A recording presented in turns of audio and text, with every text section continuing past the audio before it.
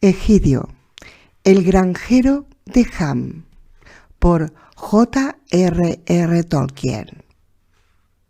El ascenso y las maravillosas aventuras del granjero Giles, señor de Ham, conde del Palacio del Dragón y rey del pequeño reino.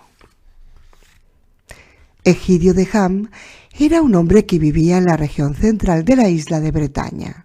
Su nombre completo era Aegidius Aemobardus Julius Agricola de Hamo, porque la gente ostentaba pomposos nombres en aquellos tiempos, ahora tan lejanos, cuando esta isla estaba aún, por fortuna, dividida en numerosos reinos. Había entonces más sosiego y menos habitantes, así que la mayoría eran personajes distinguidos.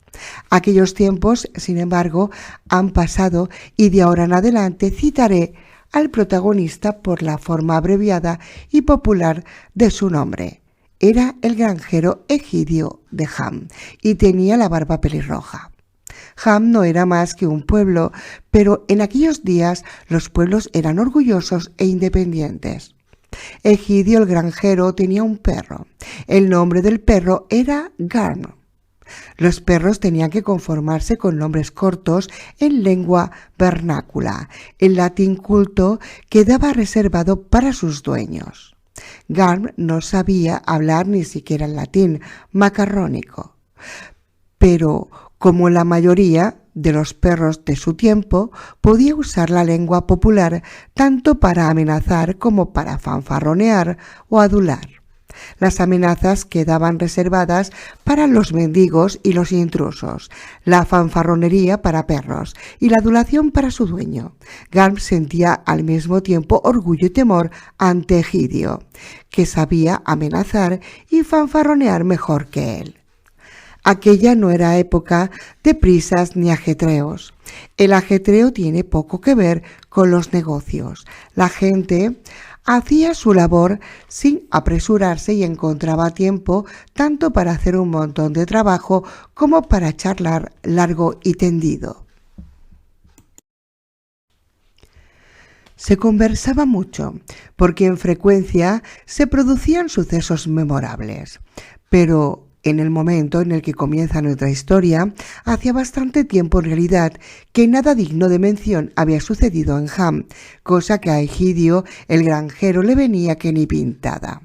Era un tipo bastante cachazudo, muy suyo y preocupado solo de sus propios asuntos. Tenía bastante, decía, con mantener al lobo lejos de la puerta, es decir, mantenerse tan rollizo y confortable como su padre lo había estado. El perro se desvivía por ayudarle. Ninguno de los dos prestaba mucha atención al ancho mundo de más allá de sus tierras, del pueblo y del mercado más cercano. Pero el mundo exterior estaba allí. El bosque no quedaba muy lejos y en la distancia, al oeste y al norte, estaban las colinas salvajes y las inquietantes comarcas de la montaña. Y, entre otras cosas, aún había gigantes sueltos, gente ruda y sin civilizar, que en ocasiones causaban problemas. Había uno en particular más grande y estúpido que el resto de sus congéneres. No hallo mención de su nombre en las crónicas, pero tampoco importa. Era enorme. Su bastón era como un árbol y su andar pesado. Apartaba los olmos a su paso como si fuesen hierbas secas. Era la ruina de los caminos y la plaga de los huertos, pues sus inmensos pies hacían en ellos unos hoyos tan profundos como pozos. Si se tropezaba con una casa, terminaba con ella. Y causaba estos daños por donde quiera que iba, ya que su cabeza quedaba muy por encima de los tejados y dejaba que sus pies se cuidasen de sí mismos. Era corto de vista y un poco sordo. Por fortuna vivía bastante lejos en la montaña y rara vez visitaba las tierras que los hombres habitaban. Al menos no lo hacía adrede. Tenía una gran casa medio arruinada en lo alto de un monte y contaba con pocos amigos debido a su sordera y estupidez y a la escasez de gigantes. Solía pasearse solo por las colinas salvajes y las desiertas estribaciones de la montaña. Un hermoso día de verano salió este gigante a dar un paseo y comenzó a vagar sin rumbo, causando grandes destrozos en los bosques. De pronto se percató de que el sol se estaba poniendo y sintió próxima la hora de la cena. Pero descubrió que se encontraba en una parte del país que no conocía en absoluto y que se había perdido. Se equivocó al tratar de adivinar la dirección verdadera y estuvo caminando hasta que se hizo noche cerrada. Entonces se sentó y esperó a que saliera la luna. A su luz siguió andando y andando, poniendo todo su empeño en cada zancada, porque estaba ansioso por volver a casa. Había dejado a la lumbre su mejor olla de cobre y temía que se pudiese quemar el hondón. Pero dada la espalda a las montañas y se encontraba ya en tierras habitadas por hombres. En realidad se estaba acercando a la granja de Aegidius Aenobarbus Julius Agricola y al pueblecito llamado Ham en lengua vulgar. Era una hermosa noche. Las vacas se encontraban en los campos y el perro del granjero Egidio había salido y vagaba a su antojo. Sentía una cierta inclinación por la luna y los conejos. No se imaginaba, por supuesto, que un gigante andaba también de paseo. Esto le habría ofrecido una buena excusa para salir sin permiso, pero también una razón aún mejor para quedarse quieto en la cocina. Hacia las 2 el gigante llegó a los campos de Egidio, rompió las cercas, pisoteó las cosechas y aplastó la hierba lista ya para la siega. En 5 minutos causó más destrozos que la cacería real de zorros en 5 días. Garm oyó un estruendo que se aproximaba a lo largo de la orilla del río y corrió hacia el oeste del altozano sobre el que se asentaba la granja, solo para saber qué ocurría. De pronto vio al gigante que cruzaba el río a grandes zancadas y aplastaba a Galatea, la vaca favorita del granjero, dejando al pobre animal tan chato como su amo podría haber dejado a un escarabajo. Aquello era más que suficiente para Garm. Dio un aullido de miedo y se lanzó hacia la casa como un rayo. Olvidándose por completo de que había salido sin permiso, llegó y comenzó a ladrar y a quejarse lastimeramente bajo la ventana del dormitorio de su dueño. Durante un buen rato no hubo respuesta. Egidio no se despertaba con facilidad. «¡Socorro, socorro, socorro!», gritaba Garm. De pronto se abrió la ventana y salió volando una botella bien dirigida. «¡Dijo el perro, saltando a un lado con la habilidad que da la práctica. «¡Socorro, socorro, socorro!». El granjero se asomó. «¡Maldito seas! ¿Qué pasa?». «Nada», dijo el perro. «Nada es lo que yo voy a darte a ti. Te voy a arrancar la piel a tiras por la mañana», contestó el granjero cerrando de un golpe la ventana. «¡Socorro, socorro, socorro!», gritó el perro. Egidio asomó de nuevo. «Te mataré si vuelves a hacer ruido», dijo. «¿Qué te pasa? ¿Soy idiota?». «Nada», dijo el perro, «pero algo te va a pasar a ti». «¿Qué significa eso?», dijo Egidio, sorprendido en medio de su ira. Garm nunca se le había insolentado. «Tienes un gigante en tus tierras, un gigante enorme, y viene hacia aquí», dijo el perro. «¡Socorro, socorro! Está aplastando las ovejas, ha pisado a la pobre Galatea y la ha dejado chata como una estera. ¡Socorro, socorro! Está echando abajo las cercas y destrozando las cosechas. Tienes que ser audaz y rápido, amo, o pronto no te quedará nada. ¡Socorro!», volvió a aullar Garm. «¡Calla la boca!», gritó el granjero y cerró la ventana. «Dios misericordioso», murmuró para sus adentros, y aunque la noche estaba calurosa, sintió un escalofrío y se estremeció.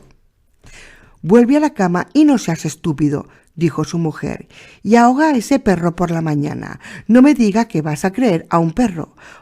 Ponen cualquier excusa cuando se les pilla sueltos o robando». «Puede que sí, puede que no, Águeda», dijo Egidio, «pero algo ocurre en mis tierras. Garm es un cobarde». Este perro está aterrado.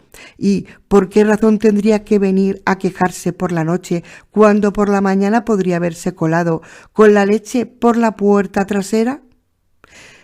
No te quedes ahí discutiendo, dijo ella. Si crees al perro, sigue su consejo, sea audaz y rápido. Del dicho al hecho hay mucho trecho, contestó Egidio, porque en verdad él creía buena parte de la historia de Gar. De madrugada, los gigantes no parecen tan inverosímiles. Aún así, la hacienda es la hacienda y Egidio las gastaba de tal forma con los intrusos que pocos se atrevían a hacerle frente.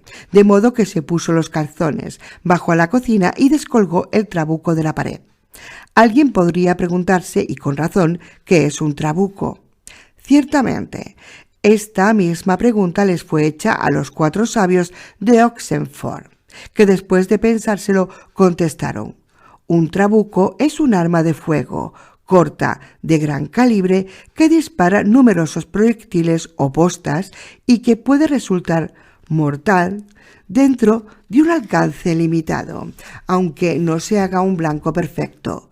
Hoy desplazado en países civilizados reemplazado por otras armas de fuego en países civilizados.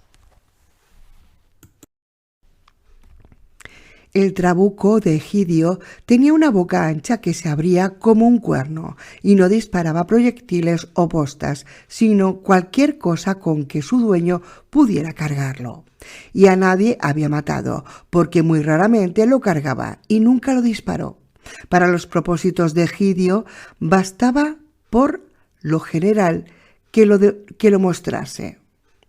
Y el país no estaba civilizado aún, pues el trabuco no había sido desplazado. Se trataba en realidad del único tipo de arma de fuego que había, y aún así era poco frecuente. La gente prefería los arcos y las flechas, y usaban la pólvora casi exclusivamente para los fuegos artificiales.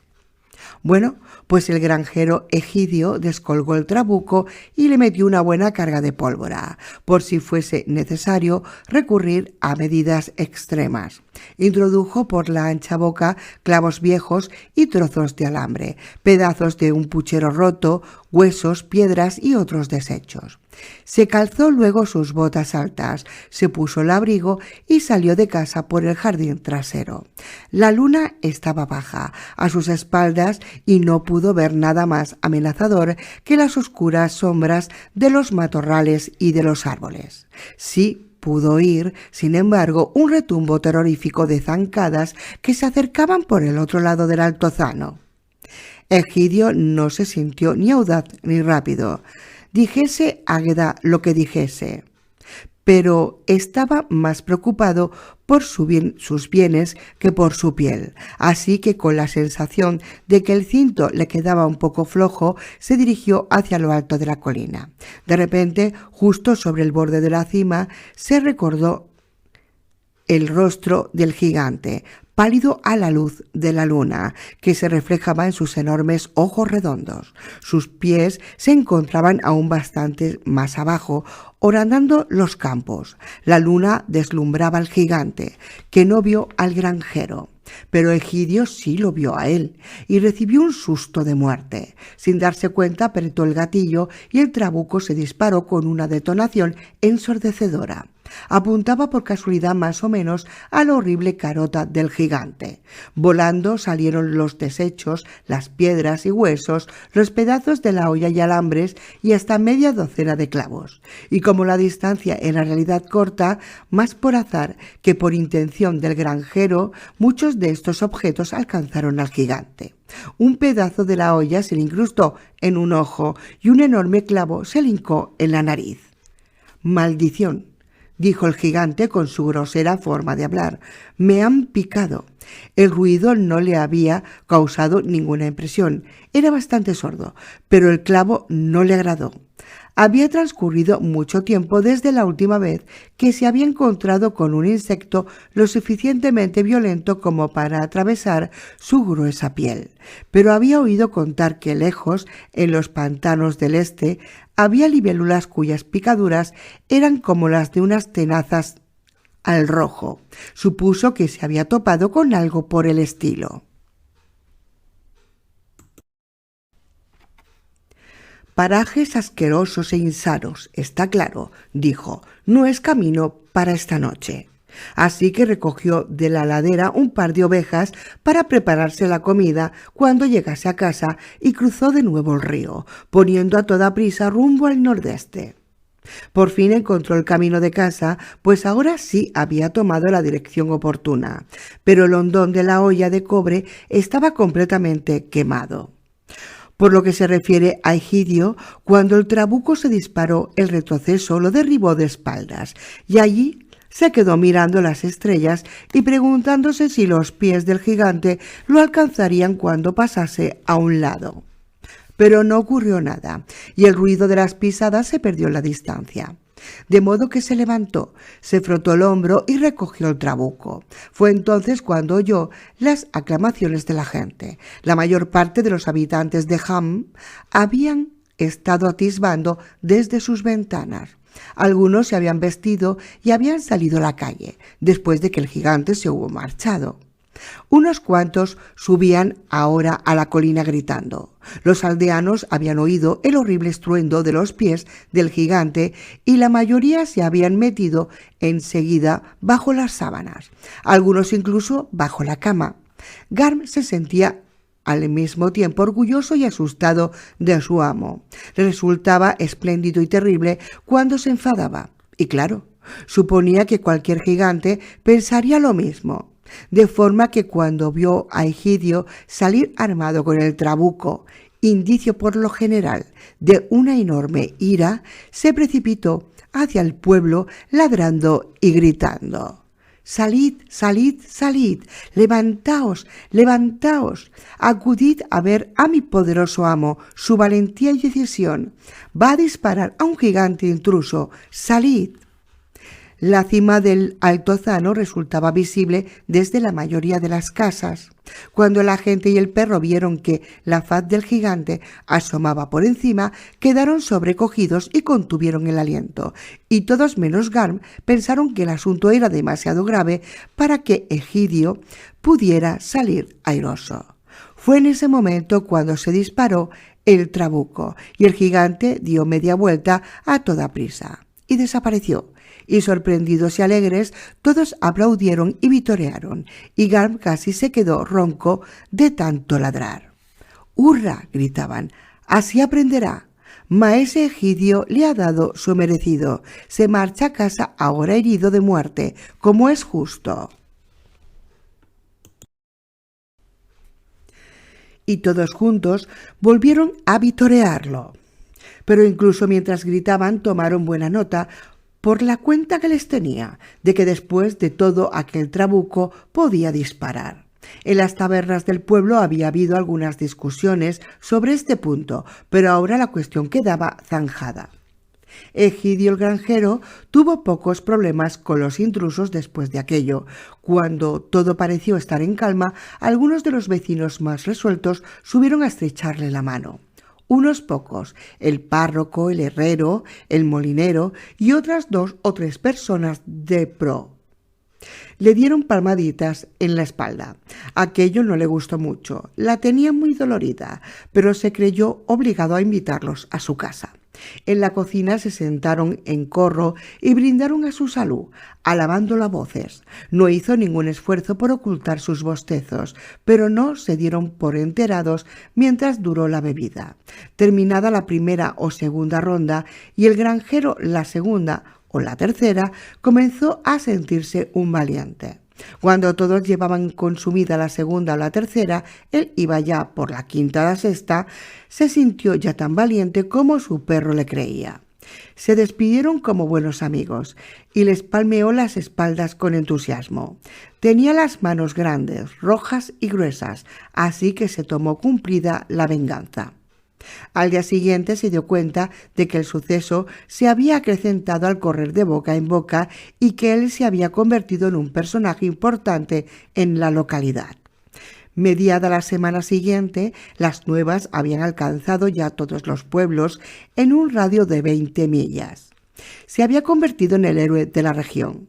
Lo encontró muy halagador. En la siguiente feria bebió gratis lo suficiente para mantener a flote una barca, es decir, que casi colmó su medida y volvió a casa entonando viejas canciones de guerra. Finalmente, incluso el rey oyó hablar de él. La capital de aquel país, llamado en aquellos días venturosos el Reino Medio, se encontraba a unas 20 leguas de Ham, y en la corte se prestaba poco caso, por regla general, a las hazañas de los aldeanos en las provincias. Pero la expulsión expeditiva de tan peligroso gigante parecía merecer alguna consideración y una pequeña recompensa. De modo que a su debido tiempo, es decir, unos 3 meses después, y en la fiesta de San Miguel, el rey envió una carta espléndida. Iba en tinta roja sobre pergamino blanco y manifestaba el regio beneplácito a nuestro leal y bien amado súbdito Aegidius Aenobarbus Julius Agricola de Jamo. La carta llevaba por firma un borrón rojo, pero el escribano de la corte había añadido: Ego Augustus Bonifacius Ambrosius Aurelianus Antonius Pius et Magnificus Dux Rex Tyrannus et Basilius Mediterraneum Partium suscribo. Así que no había duda de que el documento era auténtico. A Egidio le proporcionó una enorme alegría y muchos vecinos acudieron a admirarlo, en especial al darse cuenta de que podían obtener un asiento y un trago junto al fuego del granjero cuando le pedían verlo. Mejor que el documento era el regalo que lo acompañaba. El rey enviaba un cinto y una larga espada. En realidad, el monarca no la había usado nunca. Pertenecía a su familia y había estado colgada en la armería más tiempo del que se pueda recordar. El armero no habría sabido decir cómo llegó allí o qué uso podía dársele. Las espaldas sencillas y recias como aquella ya no estaban de moda en la corte, así que el rey pensó que era el tipo de regalo apropiado para un rústico. Pero el granjero Egidio quedó encantado y su reputación se hizo enorme. Egidio disfrutó mucho con el giro que habían tomado los acontecimientos. También su perro nunca recibió el vapuleo prometido. Egidio era un hombre justo para sus luces y en su interior concedía una buena parte del mérito a Garm, aunque jamás llegara a confesarlo. Siguió lanzándole denuestos y objetos contundentes cuando le venían gana, pero hacía la vista gorda a muchas de sus pequeñas correrías. A Garm se le había dado por hacer largos paseos. El granjero comenzó a pisar fuerte y la suerte le sonrió. En el otoño y primeros días del invierno el trabajo marchó bien. Todo parecía ir viento en popa, hasta que llegó el dragón. En aquellos días los dragones comenzaban a escasear en la isla. Hacía muchos años que no se había visto ninguno en las zonas habitadas del reino de Augustus Bonifacius. Estaban claro las ignotas comarcas fronterizas y las montañas despobladas hacia el norte y el oeste, pero quedaban muy distantes. Allí había morado en otro tiempo cierto número de dragones de una u otra especie que habían llevado a cabo profundas y extensas incursiones.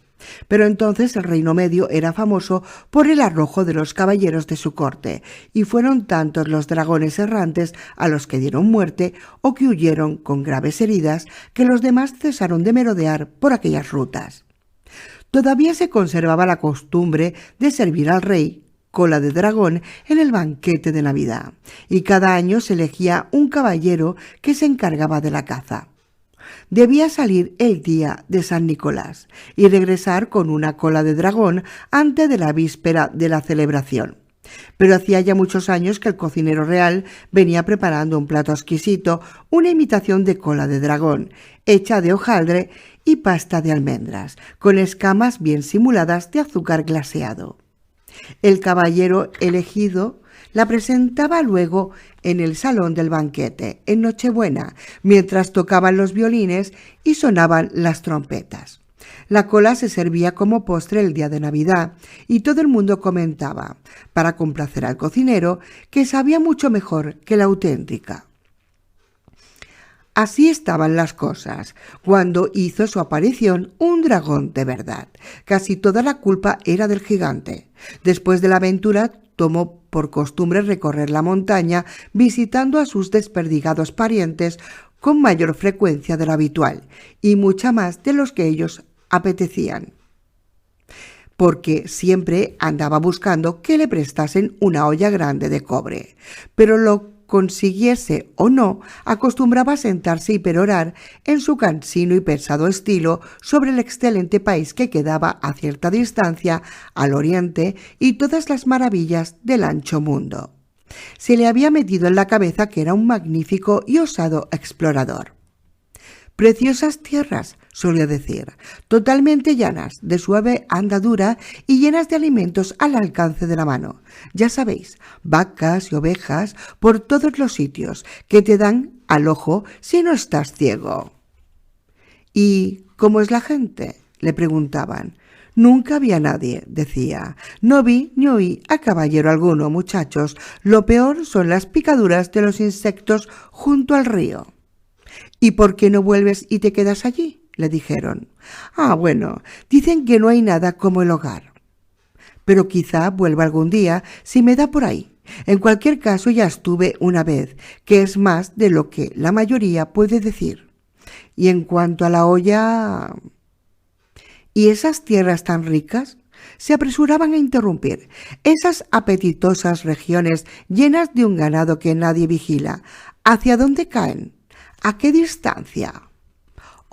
Contestaba, allá por el este o sudeste, pero es un largo camino. Y añadía una relación tan exagerada de la distancia que había recorrido, de los bosques, colinas y llanuras que había cruzado, que ninguno de los otros gigantes de menor zancada se decidió nunca a emprender el viaje, a pesar de lo cual las habladurías se siguieron propagando. Al cálido verano sucedió un invierno duro. En la montaña el frío era gélido y escaseaba la comida. Los comentarios aumentaron. Se volvían una y otra vez sobre las ovejas de las tierras llanas y las vacas de los pastos bajos. Los dragones estiraban las orejas. Estaban hambrientos y aquellos rumores resultaban atrayentes. Así que los caballeros son un mito, decían los dragones más jóvenes y de menor experiencia. Siempre nos lo pareció. Al menos deben de haber empezado a escasear, pensaron los más ancianos y sabios de la especie. Están lejos y son pocos y ya no representan ningún peligro. Uno de los dragones se sintió profundamente interesado. Su nombre era Crisófilax Dives, pues era de linaje antiguo e imperial y muy rico. Era astuto, inquisitivo, ambicioso y bien armado, aunque no temerario en exceso, pero en cualquier caso no sentía ningún temor de moscas e insectos, cualquiera que fuese su clase o tamaño, y tenía un hambre de muerte. De modo que un día de invierno, más o menos una semana antes de Navidad, Crisófilas desplegó sus alas y partió. Aterrizó con sigilo a medianoche, justo en el corazón de los dominios de Augustus Bonifacius Rex et Basileus. En poco tiempo causó grandes daños, destrozó, quemó y devoró ovejas y reses y caballos. Todo esto ocurría en una región alejada de Ham, lo que no fue obstáculo para que Garm se llevara el mayor susto de su vida. Había emprendido una larga expedición y, aprovechándose de la buena disposición de su amo, se había aventurado a pasar una noche a 2 lejos de casa. Estaba enfrascado siguiendo un rastro en la espesura del bosque cuando a la vuelta de un recodo percibió de súbito un nuevo y alarmante olor. Se tropezó en realidad con la cola de Crisófilax Dives, que acababa de aterrizar. Nunca un perro giró sobre su rabo y salió disparado hacia casa con mayor celeridad que Garm. El dragón oyó su aullido y se volvió rugiendo, pero Garm estaba ya lejos de su alcance. Corrió durante el resto de la noche y llegó a casa hacia la hora del desayuno. ¡Socorro, socorro, socorro!, gritó desde la puerta trasera. Egidio oyó los ladridos y no le gustaron. Le hicieron recordar que cuando todo va bien es cuando surgen los imprevistos. «Mujer», dijo, «haz entrar a ese maldito perro y dale de palos». Garm entró en la cocina hecho un ovillo y con la lengua fuera. «¡Socorro!», gritó. «¿Qué has estado haciendo esta vez?», preguntó Egidio, que le arrojó una salchicha. «Nada», jadeó Garm, demasiado aturdido para reparar en la salchicha. «Bueno, deja ya de ladrar o te despellejo», dijo el granjero. «No he hecho nada malo, no quería hacer ningún daño», dijo el perro. «Pero me tropecé por casualidad con un dragón y me dio un susto terrible. Al granjero se le atragantó la cerveza». «¿Dragón?», exclamó. «Maldito seas, inútil me tomé en todo. ¿Para qué necesitabas ir en busca de un dragón en esta época del año y cuando yo estoy tan ocupado? ¿Dónde fue?». «Oh, al norte de las colinas, muy lejos de aquí, más allá de los menires y toda aquella parte», dijo el perro. «Ah, tan lejos», dijo Egidio con profundo alivio. «He oído comentar que hay gente muy rara por aquellos lugares. Allí tenía que haber sido. Que se las arreglen como puedan. Deja de fastidiarme con tales historias. Lárgate». Garm se marchó y comentó por todo el pueblo lo ocurrido. No se olvidó de mencionar que su amo no había mostrado el menor sobresalto. Se quedó impertérrito y siguió con el desayuno. A la puerta de sus casas los vecinos lo comentaron con regocijo. «Como en las viejas épocas», decían, «y justo cuando llega la Navidad, tan a tiempo. Qué contento se va a poner el rey.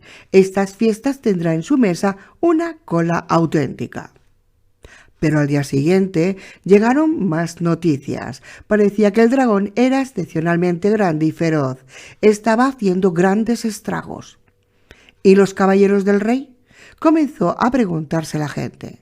Otros habían hecho ya la misma pregunta. Mensajeros de las villas más afectadas por la presencia de Crisófilas llegaba cada día ante el rey y preguntaban repetidamente y en el tono más elevado que su atrevimiento les permitía: «¿Qué es de vuestros caballeros, señor?». Pero los caballeros no hacían nada. Oficialmente no sabía nada del dragón, así que el rey tuvo que hacerles llegar de forma oficial la noticia y pedirles que pasasen a la acción tan pronto como lo juzgasen pertinente. Se vio desagradablemente sorprendido cuando comprendió que nunca les venía bien y que cada día posponían su intervención. Sin embargo, las excusas de los caballeros eran bien convincentes. En primer lugar, el cocinero real ya tenía preparada la cola de dragón para aquellas Navidades, pues era el tipo de persona que cree que las cosas han de hacerse con tiempo. No sería elegante ofenderle presentándose en el último minuto con una cola auténtica. Era un servidor muy valioso. «Dejad en paz la cola, cortadle la cabeza y terminad de una vez con él», gritaban los mensajeros de los pueblos más afectados. Pero aquí estaba ya la Navidad y por desgracia había un gran torneo programado para el día de San Juan. Acudían para competir por un valioso trofeo. De numerosos reinos, los caballeros. De ninguna forma podían pensarse en desperdiciar las oportunidades de los caballeros del Reino Medio al enviar a los mejores hombres a cazar un dragón antes de que el torneo hubiese terminado.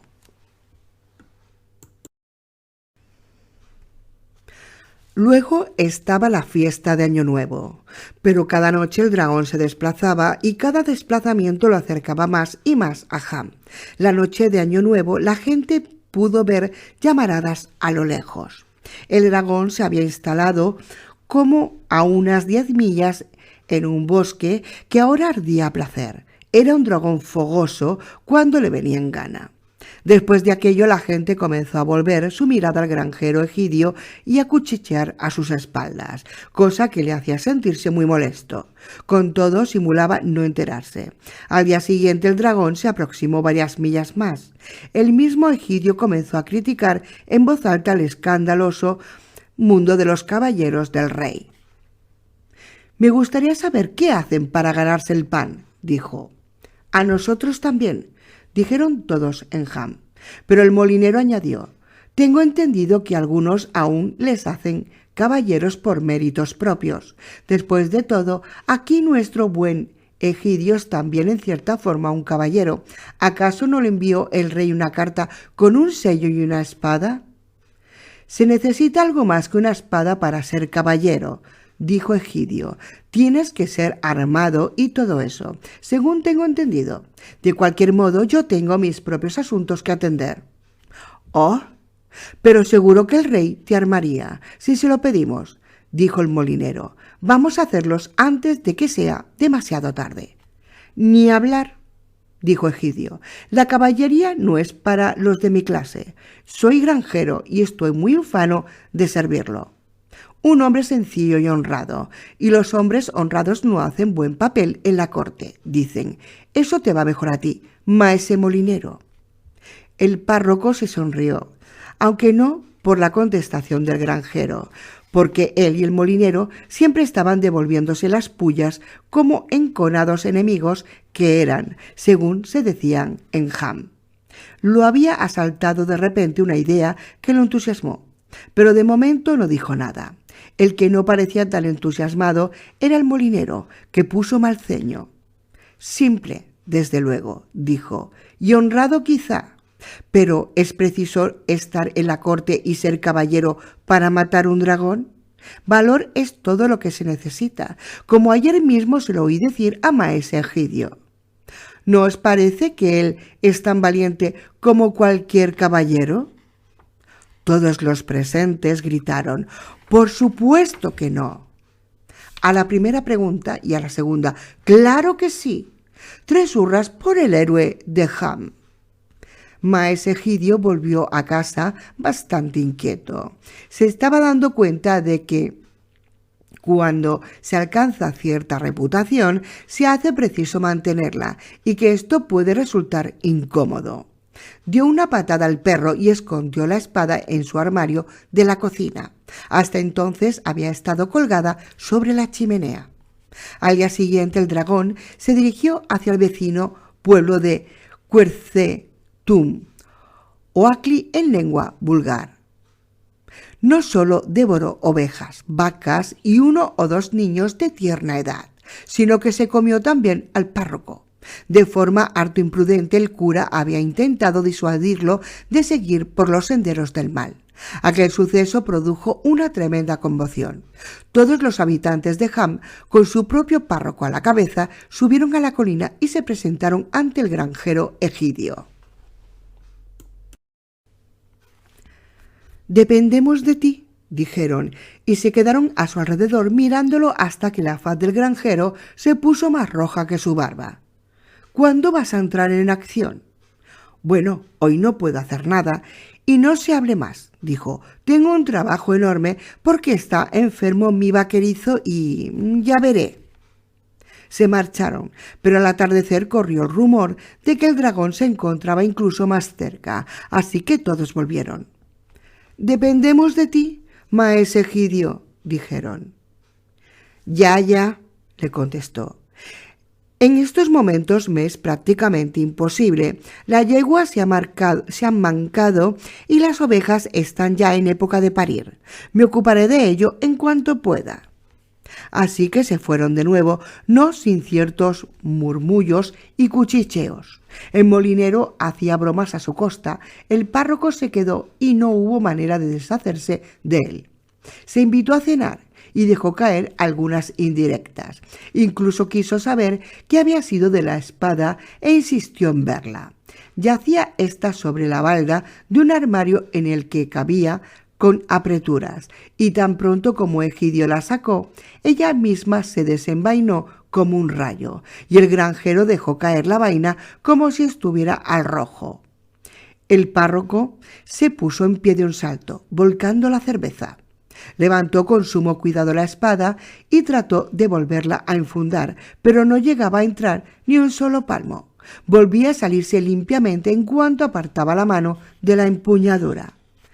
«Dios mío, qué cosa más extraña», dijo el párroco, y se puso a observar con detenimiento funda y hoja.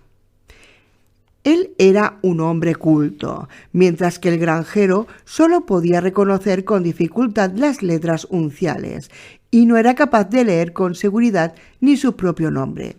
Debido a ello, nunca había prestado atención a las extrañas letras que se podían apreciar borrosamente sobre la vaina y espada.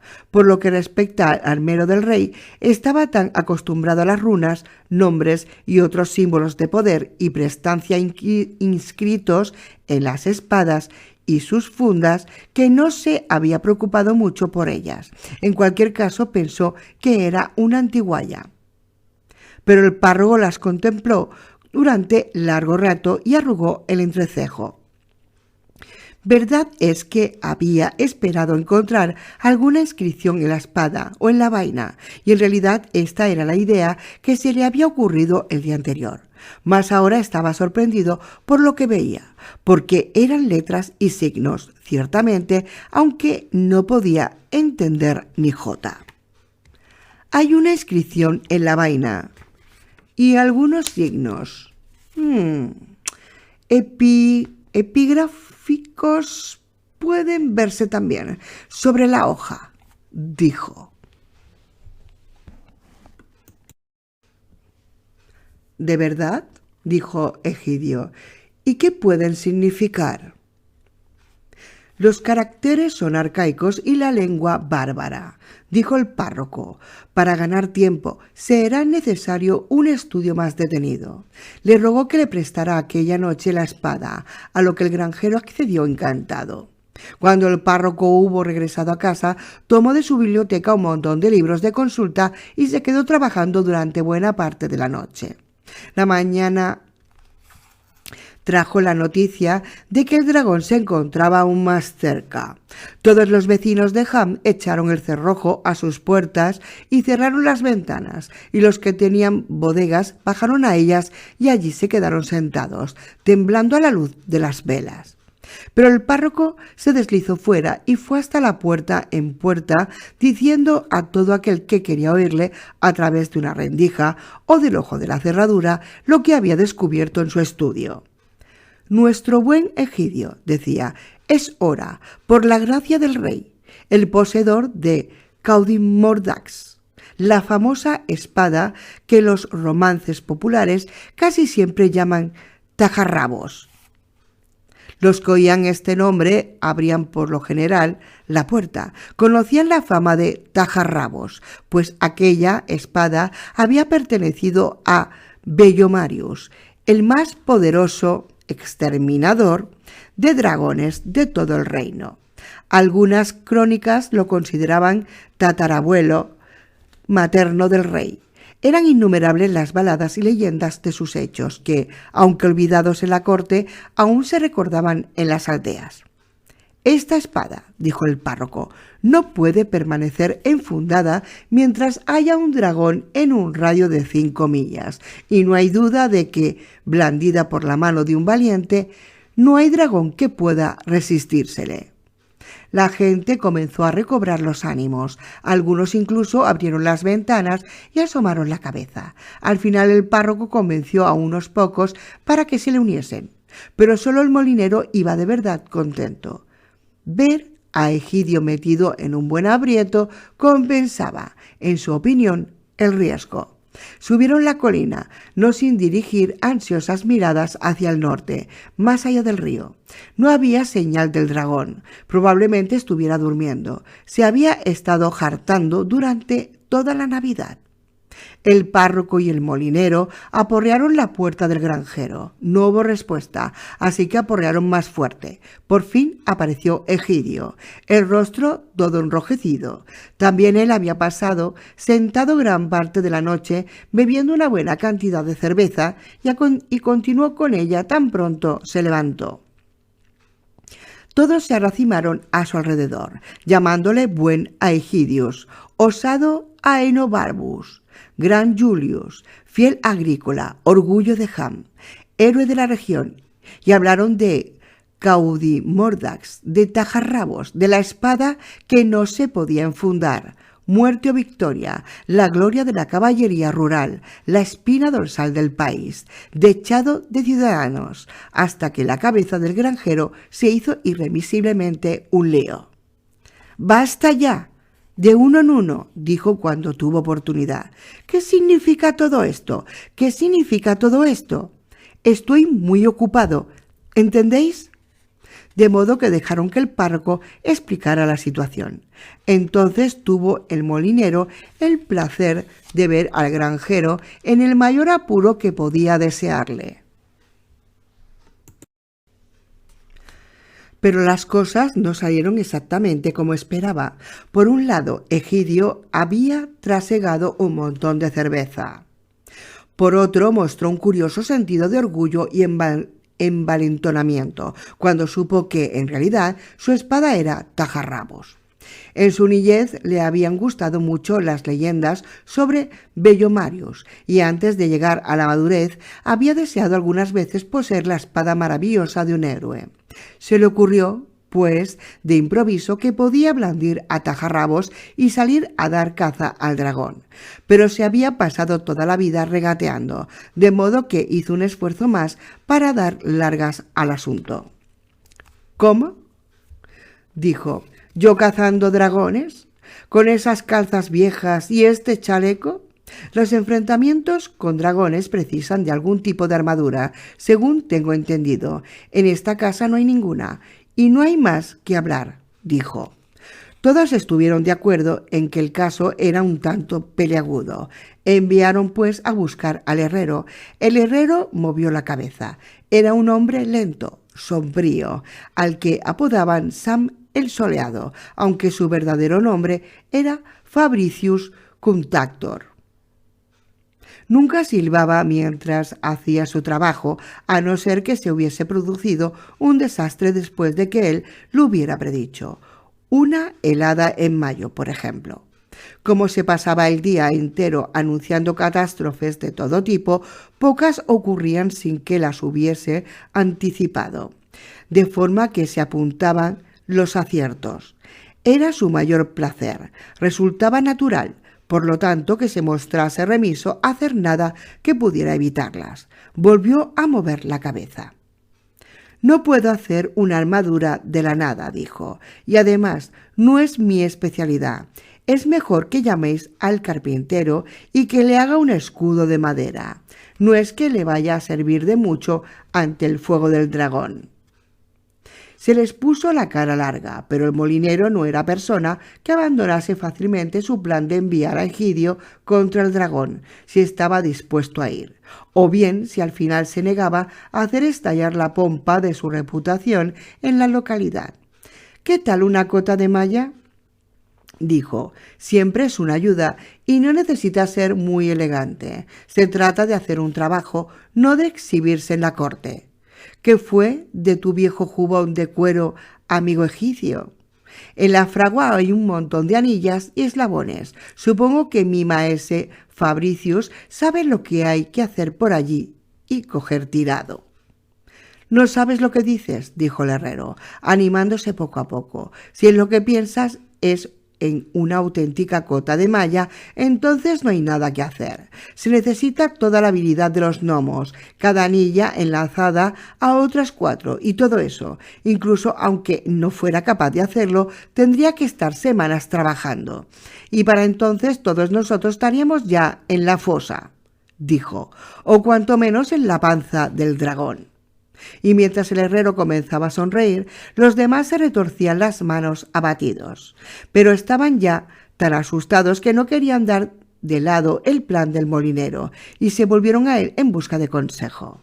«Bueno», dijo, «he oído que en otros tiempos los que no podían comprarse las brillantes corazas fabricadas en las tierras del sur solían coser sobre un jubón de cuero de anillas de hierro y se conformaban con eso. Veamos lo que se puede hacer en este sentido». Así que Egidio tuvo que desempolvar su viejo jubón y el herrero se lo mandó a su fragua a toda prisa. Buscaron allí por todos los rincones y dieron vuelta al montón de chatarra, cosa que no se hacía en años. Al final encontraron todo perdido de rumbre, un buen número de pequeñas anillas desprendidas de alguna vieja cota, tal como las había descrito el herrero. Sam, más sombrío y disgustado a medida que la tarea parecía garantizar alguna esperanza, fue obligado a ponerse a trabajar enseguida, reuniendo, ordenando y limpiando las anillas. Y cuando se vio con claridad que no eran suficientes para una persona tan ancha de pecho y espaldas como Maese Egidio, cosa que él hizo notar con satisfacción, le obligaron a deshacer viejas cadenas y convertir los eslabones en anillas tan finas como dio de sí su habilidad con el martillo. Tomaron luego las más pequeñas y las pusieron sobre el pecho del jubón y situaron en la espalda las más gruesas y pesadas. Finalmente, como aún seguían llegando anillas, tanto habían apremiado al pobre Sam, tomaron un par de calzones del granjero y también los cubrieron con ellas. Encaramado en una repisa, en un oscuro rincón de la herrería, el molinero encontró el viejo armazón de hierro de un yelmo y al momento puso a trabajar al remendón del pueblo para que lo cubriese de cuero del mejor modo posible. El trabajo les llevó lo que restaba de aquel día y todo el día siguiente, que fue la víspera de Reyes o Epifanía, aunque no se hizo ningún caso de la fiesta. El granjero Egidio celebró la ocasión con más cerveza de la acostumbrada, pero el dragón, por fortuna, permaneció dormido. Por el momento había olvidado hambre y espadas. El día de Epifanía, temprano, subieron la colina llevando al estrafalario resultado de aquel trabajo artesanal. Egidio estaba esperándolos. Ya no le quedaban excusas que oponer, así que se colocó el jubón de malla y los calzones. El molinero soltó una risita. Egidio se calzó sus botas altas y unas viejas espuelas, y también el yelmo recubierto de cuero. Pero en el último momento colocó sobre el yelmo un viejo sombrero de fieltro y echó sobre el jubón su amplia capa gris. —¿Qué propósito tiene eso, maese? —le preguntaron. —Bueno —dijo Egidio—, si pensáis que se puede salir a cazar dragones, tintineando y repicando, como las campanas de Canterbury, yo no estoy de acuerdo. No me parece lógico anunciar al dragón antes de tiempo que vas a su encuentro. Y un yelmo es un yelmo, una invitación al combate. Quizás si el reptil ve solo mi viejo sombrero por encima del seto, pueda acercarme más a él antes de que comiencen los problemas. Las anillas estaban cosidas de forma que la parte suelta de una montada sobre la otra y por supuesto tintineaba, y la capa ayudó a amortiguar el ruido, pero Egidio presentaba una figura de lo más extravagante. Claro que no se lo dijeron. Le ciñeron con dificultad el cinturón y colgaron de él la funda, aunque tuvo que llevar la espada en la mano porque no se mantenía envainada si no se hacía una fuerza enorme. El granjero, que era un hombre justo hasta donde alcanzaban sus luces, llamó a Garm. —Chucho —dijo—, tú vienes conmigo. El perro huyó. —¡Socorro, socorro! —gritó. —Calla ya —ordenó Egidio—, o te lo haré pasar peor que a cualquier dragón. Conoces el olor de ese reptil y quizá por una vez resultes útil. Luego el granjero reclamó su yegua torda. Esta le echó una mirada de asombro y bufó al ver las espuelas, pero le permitió montar. Emprendieron la marcha sin mucho entusiasmo, cruzaron la villa al trote y todos los vecinos aplaudieron y los vitorearon, la mayoría desde las ventanas. El granjero y su yegua pusieron la mejor cara que pudieron, pero Garm no tenía sentido del ridículo e iba con el rabo entre las piernas. A la salida del pueblo cruzaron el puente que atraviesa el río. Cuando por fin quedaron fuera de la vista de sus conciudadanos, acortaron el paso. Sin embargo, dejaron muy pronto atrás las tierras de Egidio y de los demás vecinos de Ham y llegaron a parajes que el dragón ya había visitado. Había árboles tronchados, setos quemados, hierba chamuscada y el silencio era inquietante y ominoso. El sol brillaba con esplendor y a Egidio le hubiera gustado tener el valor suficiente para desprenderse de una prenda o dos, y se preguntó si no había tomado algún trago de más. Bonito fin para la Navidad y demás, pensó, y tendré suerte si no se supone mi propio final.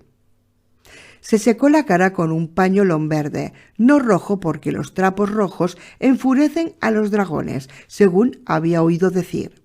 Pero no encontró al dragón. Recorrió muchos senderos anchos y estrechos y las tierras abandonadas de otros labradores, pero ni aun así encontró al dragón. Gar, por supuesto, no fue de ninguna utilidad. Se colocó justo detrás de la yegua y se negó a usar el hocico. Llegaron por fin a un camino ondulante que había sufrido pocos daños y parecía tranquilo y apacible. Después de seguirlo como una media milla, Egidio comenzó a preguntarse si no había cumplido ya con su deber y con todo lo que su reputación exigía. Acababa justo de decidir que ya habría buscado durante un tiempo y espacios suficientes y estaba pensando en volverse, ir a cenar y decir a sus amigos que el dragón había huido tan pronto como lo viera aparecer, cuando dobló un brusco recodo.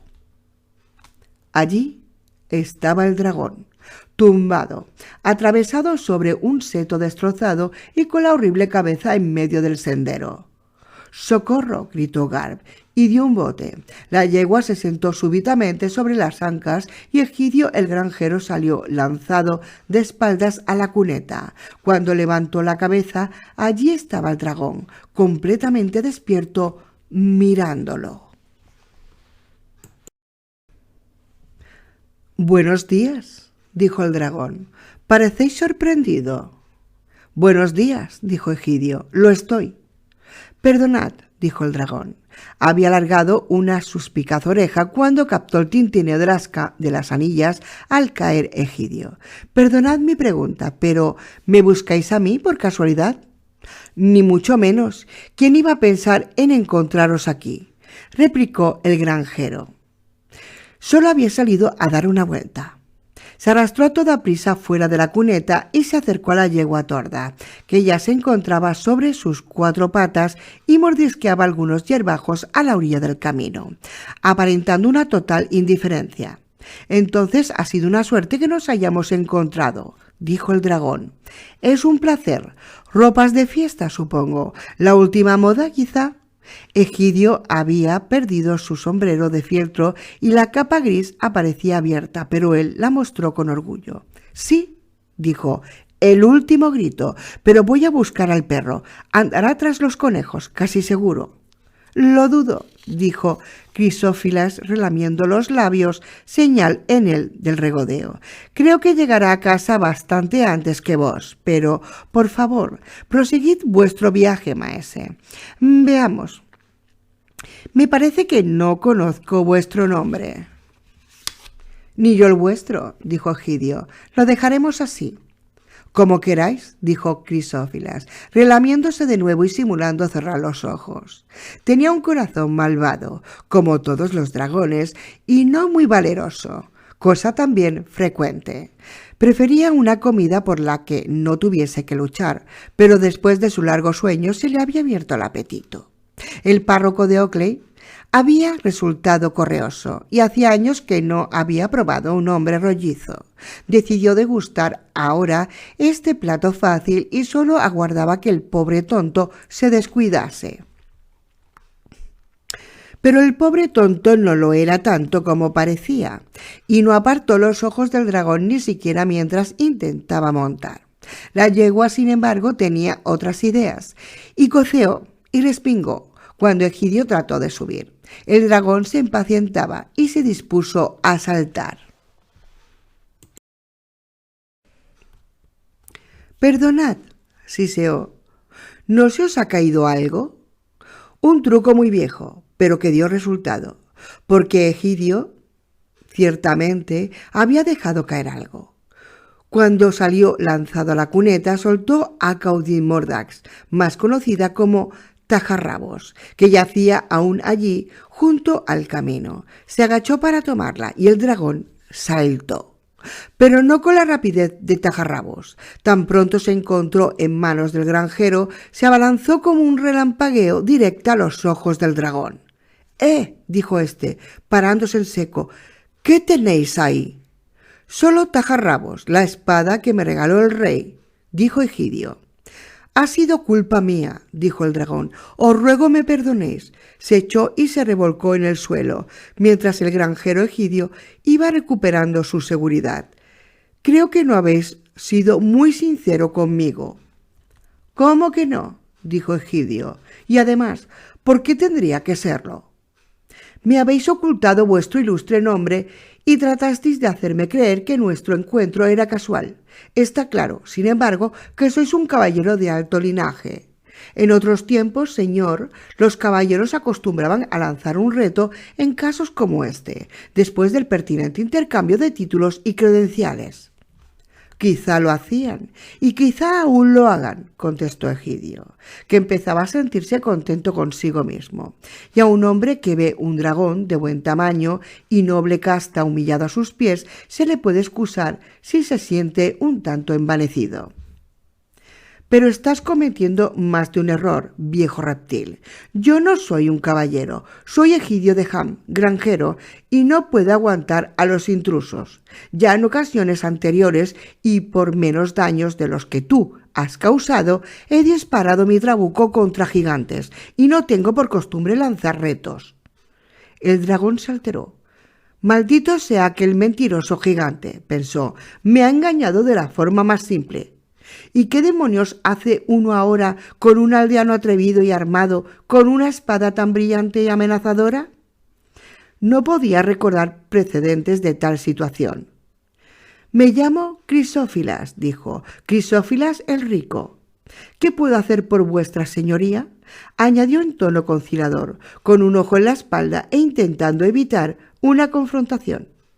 —Podéis quitaros de en medio, viejo bicho cornudo —contestó Egidio, intentando también evitar la pelea—. Solo quiero verme libre de vos. Salid inmediatamente de aquí. Volved a vuestra sucia guarida. Dio un paso hacia Crisófilas, girando los brazos como si tratase de espantar pajarracos. Aquello fue suficiente para tajarrabos. Trazó círculos relampagueantes en el aire y luego descendió, alcanzando al dragón en las articulaciones del ala derecha con un golpe sonoro que lo sacudió de arriba abajo. Por supuesto, Egidio sabía muy poco acerca de los métodos más apropiados para matar dragones, o hubiera dirigido la espada hacia un punto más sensible, pero tajarrabos lo hizo lo mejor que pudo en manos inexpertas.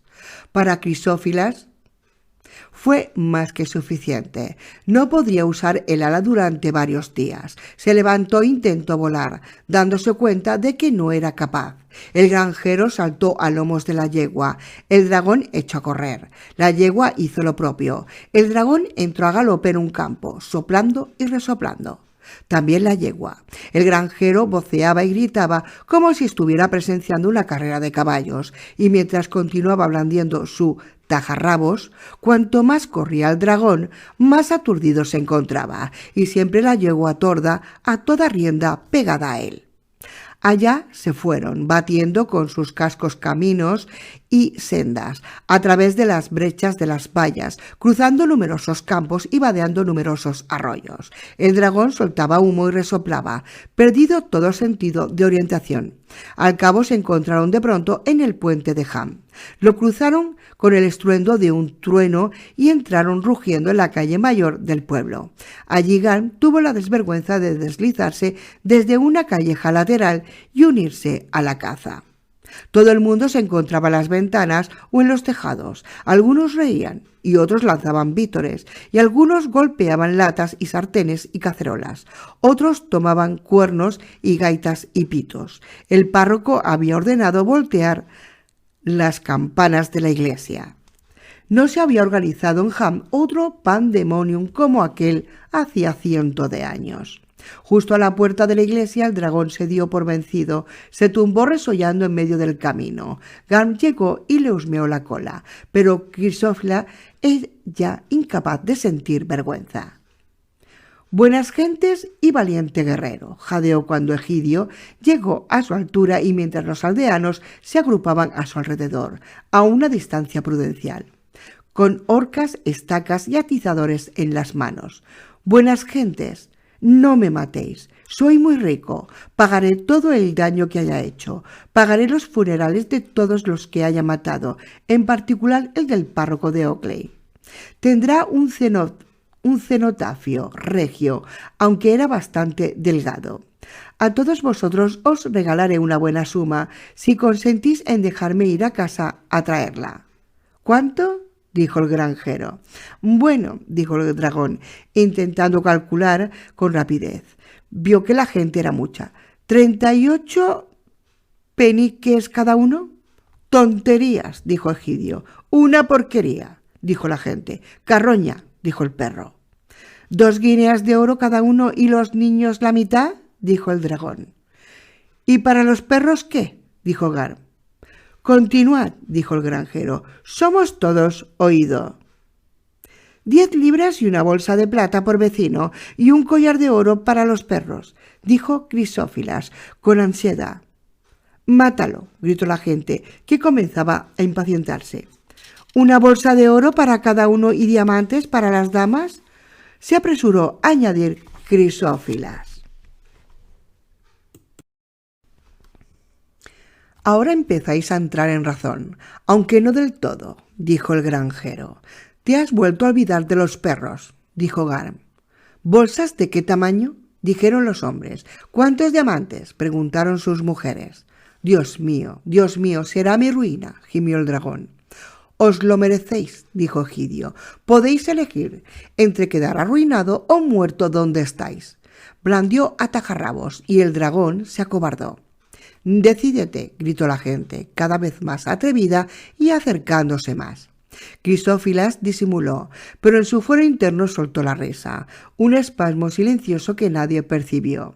El regateo había comenzado a divertirlo. Resultaba evidente que aquella gente quería obtener algo. Conocían muy poco los caminos del ancho y pérfido mundo. En realidad, no quedaba nadie con vida en todo el reino que tuviese una experiencia auténtica con el trato con los dragones y sus añazas. Crisófilas estaba recuperando el aliento y con él su sagacidad. Se pasó la lengua por los labios. «Estipulad la cantidad vosotros mismos», dijo. Todos comenzaron a hablar a la vez. Crisófilas escuchaba con interés. Solo una voz le inquietaba, la del herrero. «Nada bueno saldrá de todo esto. Recordad mis palabras», decía. «Los reptiles jamás regresan. Digáis lo que digáis. Pero en cualquier caso, de esto no puede salir nada bueno». «No entres en el trato si no te gusta», le dijeron, y así continuaron porfiando sin hacer mayor caso del dragón. Crisófilas levantó la cabeza, como si había pensado saltar sobre ellos o escabullirse durante la discusión. Se vio defraudado. El granjero Egidio se encontraba próximo mordisqueando una paja y cavilando, pero con tajarrabos en la mano y sin quitarle ojo al dragón. «Sigue echado donde estás», dijo, «o recibirás tu merecido, haya o no haya oro». El dragón se aplastó contra el suelo.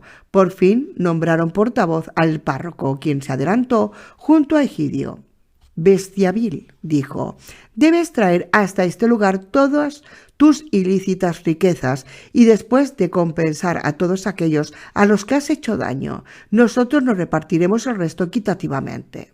Luego, si prometes solemnemente no volver a inquietar nuestras tierras ni incitar a otro monstruo o molestarnos, te dejaremos regresar a casa con la cabeza y la cola íntegras. Y ahora harás juramentos tan solemnes de que vas a volver con el rescate que incluso la conciencia de un reptil se ha de sentir obligada a cumplirlos». Crisófilas aceptó, después de unas muestras convincentes de sentir dudas, claro. Hasta, lamentando su ruina, derramó lágrimas ardientes, que formaron humeantes charcos en el suelo, pero no lograron conmover a nadie. Hizo numerosos juramentos, solemnes y sobrecogedores, de que se regresaría con todas sus riquezas para la fiesta de San Hilario y San Félix. lo que le concedía un plazo de 8 días, tiempo demasiado corto para el viaje, como incluso los legos en geografía podían haber comprendido. Sin embargo, le permitieron marchar y lo escoltaron hasta el puente. «Hasta nuestro próximo encuentro», dijo al cruzar el río. «Estoy seguro de que todos los estaremos esperando con ansiedad». «Nosotros, desde luego, sí», le contestaron. Eran, a todas luces, unos estúpidos, porque aunque los compromisos que había contraído deberían haber lastrado su conciencia de remordimientos y de un gran temor a la desventura, él, carecía en absoluto de conciencia, y si falta tan lamentable en un ser de imperial linaje quedaba fuera de la comprensión de las mentes sencillas. Al menos el párroco, con toda su erudición, debía haberla presumido. Quizá lo hizo. Era hombre de letras y podía, que duda cabe, ver en el futuro con mayor profundidad que los demás. El herrero movió la cabeza mientras regresaba a su herrería. «Nombres de mal agüero», dijo. «Hilario y Félix, no me gusta cómo suenan». El rey, por supuesto, supo con prontitud las nuevas. Se esparcieron por el reino como el fuego y no disminuyeron precisamente mientras se propagaban.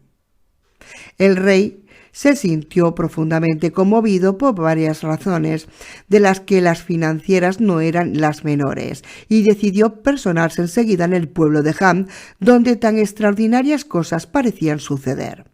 Llegó 4 días después de la partida del dragón, cruzando el puente sobre su caballo blanco y acompañado de una multitud de cortesanos, heraldos y un enorme tren de equipaje. Los vecinos se habían puesto sus mejores ropas y se alineaban en la calle para darle la bienvenida. El cortejo hizo alto en el descampado existente frente a la entrada de la iglesia. Egidio el granjero se arrodilló ante el rey cuando fue presentado, pero el rey le ordenó levantarse e incluso le dio una palmadita afectuosa en la espalda. Los caballeros simularon no darse cuenta de tal familiaridad. El monarca ordenó que toda la gente acudiera al amplio pastizal que Egidio poseía junto al río, y cuando se hubieron reunido, incluso Garm, que también se sintió aludido, Augustus Bonifacius Rex et Basileus, tuvo a bien dirigirse a ellos. Les explicó con sumo celo cómo todas las riquezas del malvado Crisófilas le pertenecían a él, en calidad de señor de aquellas tierras. No hizo mucho hincapié en su pretensión al título de soberano de la región montañosa, pretensión objetable. En todo caso, no nos cabe duda, dijo, que todos los tesoros de ese reptil fueron arrebatados a nuestros antepasados, pero somos, como todos sabéis, justos y generosos, y nuestro buen vasallo Egidio recibirá una recompensa apropiada. Tampoco quedarán sin una muestra de nuestra estimación nuestros leales súbditos de estas tierras, desde el párroco hasta el niño más pequeño. Estamos muy complacidos con Ham. Aquí al menos el pueblo tenaz e incorruptible conserva todavía el antiguo valor de nuestra raza. Mientras el rey hablaba, sus caballeros comentaban la última moda en sombreros. Los lugareños hicieron reverencias y cortesías y le dieron las gracias con gran respeto, pero en aquel momento todos deseaban haber cerrado el trato con el dragón en las 10 libras y haber mantenido el asunto en silencio. Conocían al rey lo suficiente para estar seguros de que, en el mejor de los casos, su estima no alcanzaría aquella cifra. Gar comprobó que no se había mencionado para nada a los perros. Egidio el granjero era el único que se sintió feliz de verdad. Estaba seguro de recibir alguna recompensa y muy contento. No faltaba más, de haber salido con bien de un asunto tan feo y con su reputación más alta que nunca entre sus paisanos. El rey no se marchó, plantó sus reales en el campo de Egidio y se dispuso a esperar hasta el 14 de enero, intentando pasarlo lo mejor posible en aquel villorrio miserable alejado de la capital. Durante los 3 días siguientes, la comitiva real terminó como casi toda la totalidad del pan, mantequilla, huevos, pollo, tocino y cordero, y se bebió hasta la última gota de cerveza añeja que había en el lugar. Luego comenzaron a quejarse por la escasez de provisiones. El rey pagó con largueza por todo, en bonos que más tarde haría efectivo su tesorería, que esperaba ver ricamente acrecentada en breve. Así que la gente de Ham, que no conocía la verdadera situación de las arcas del Estado, estaba más que satisfecha.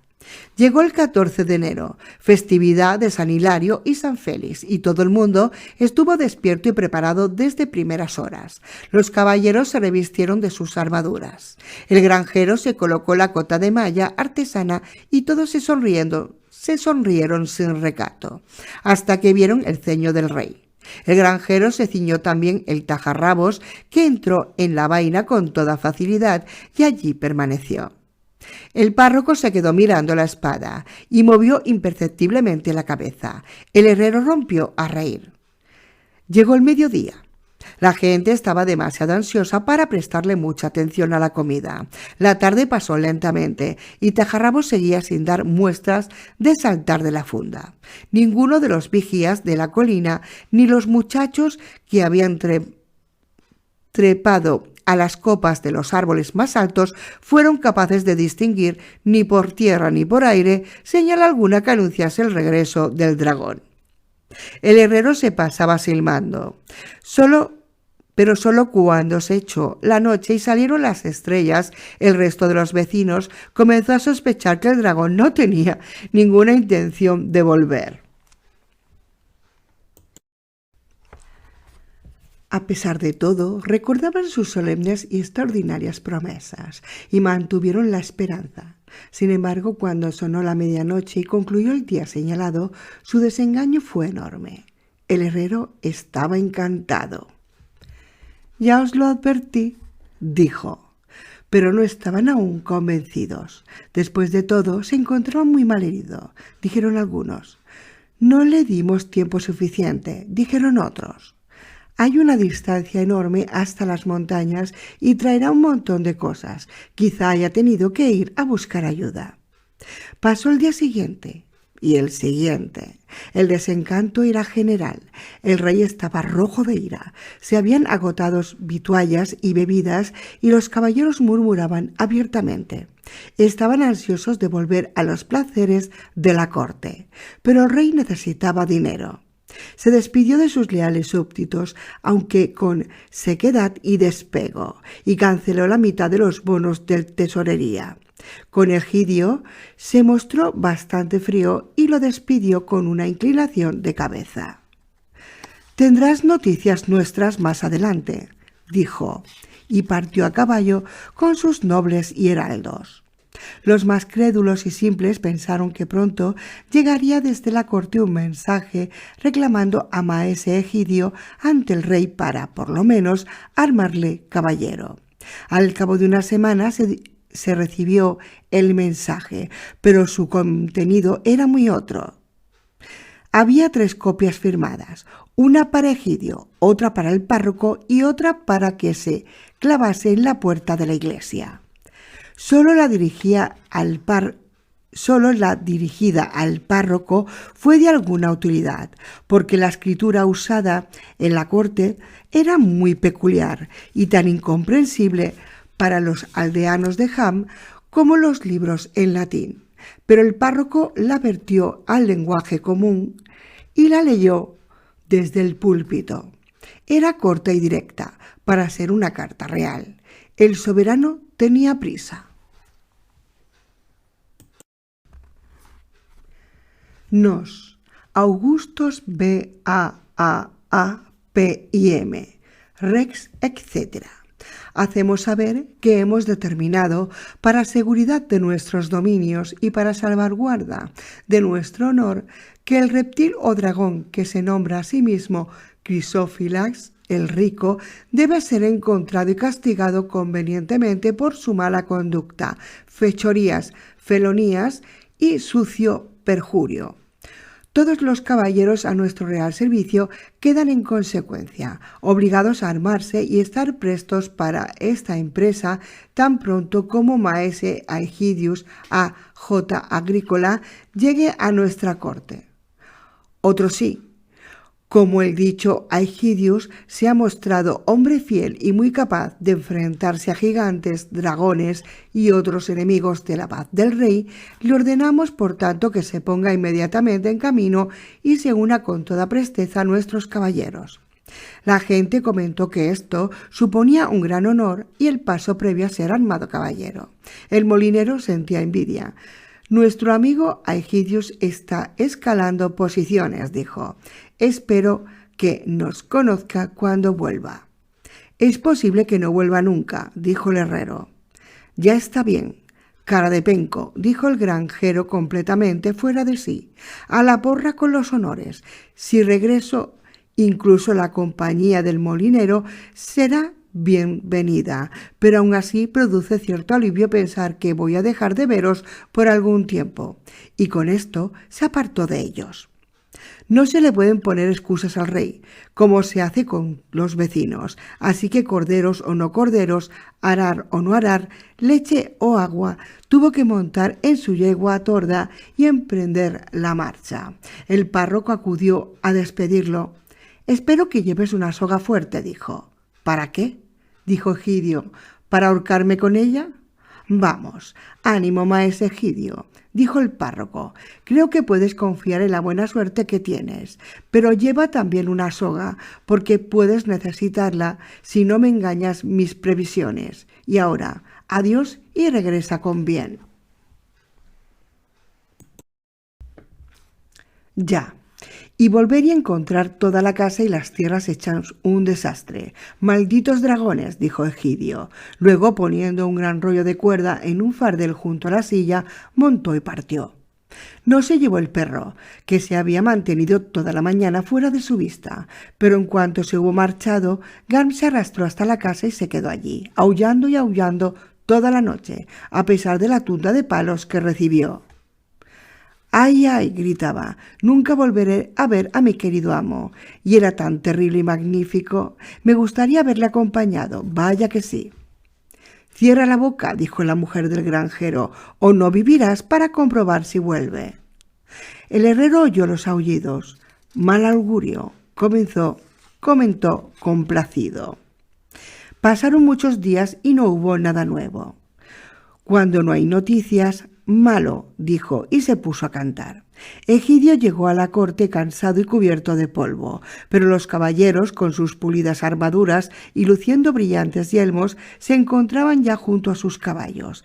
La llamada del rey al granjero y su inclusión en la que la expedición había molestado a los nobles, que se empeñaron en cumplir literalmente las órdenes recibidas y ponerse en marcha en cuanto llegara Egidio.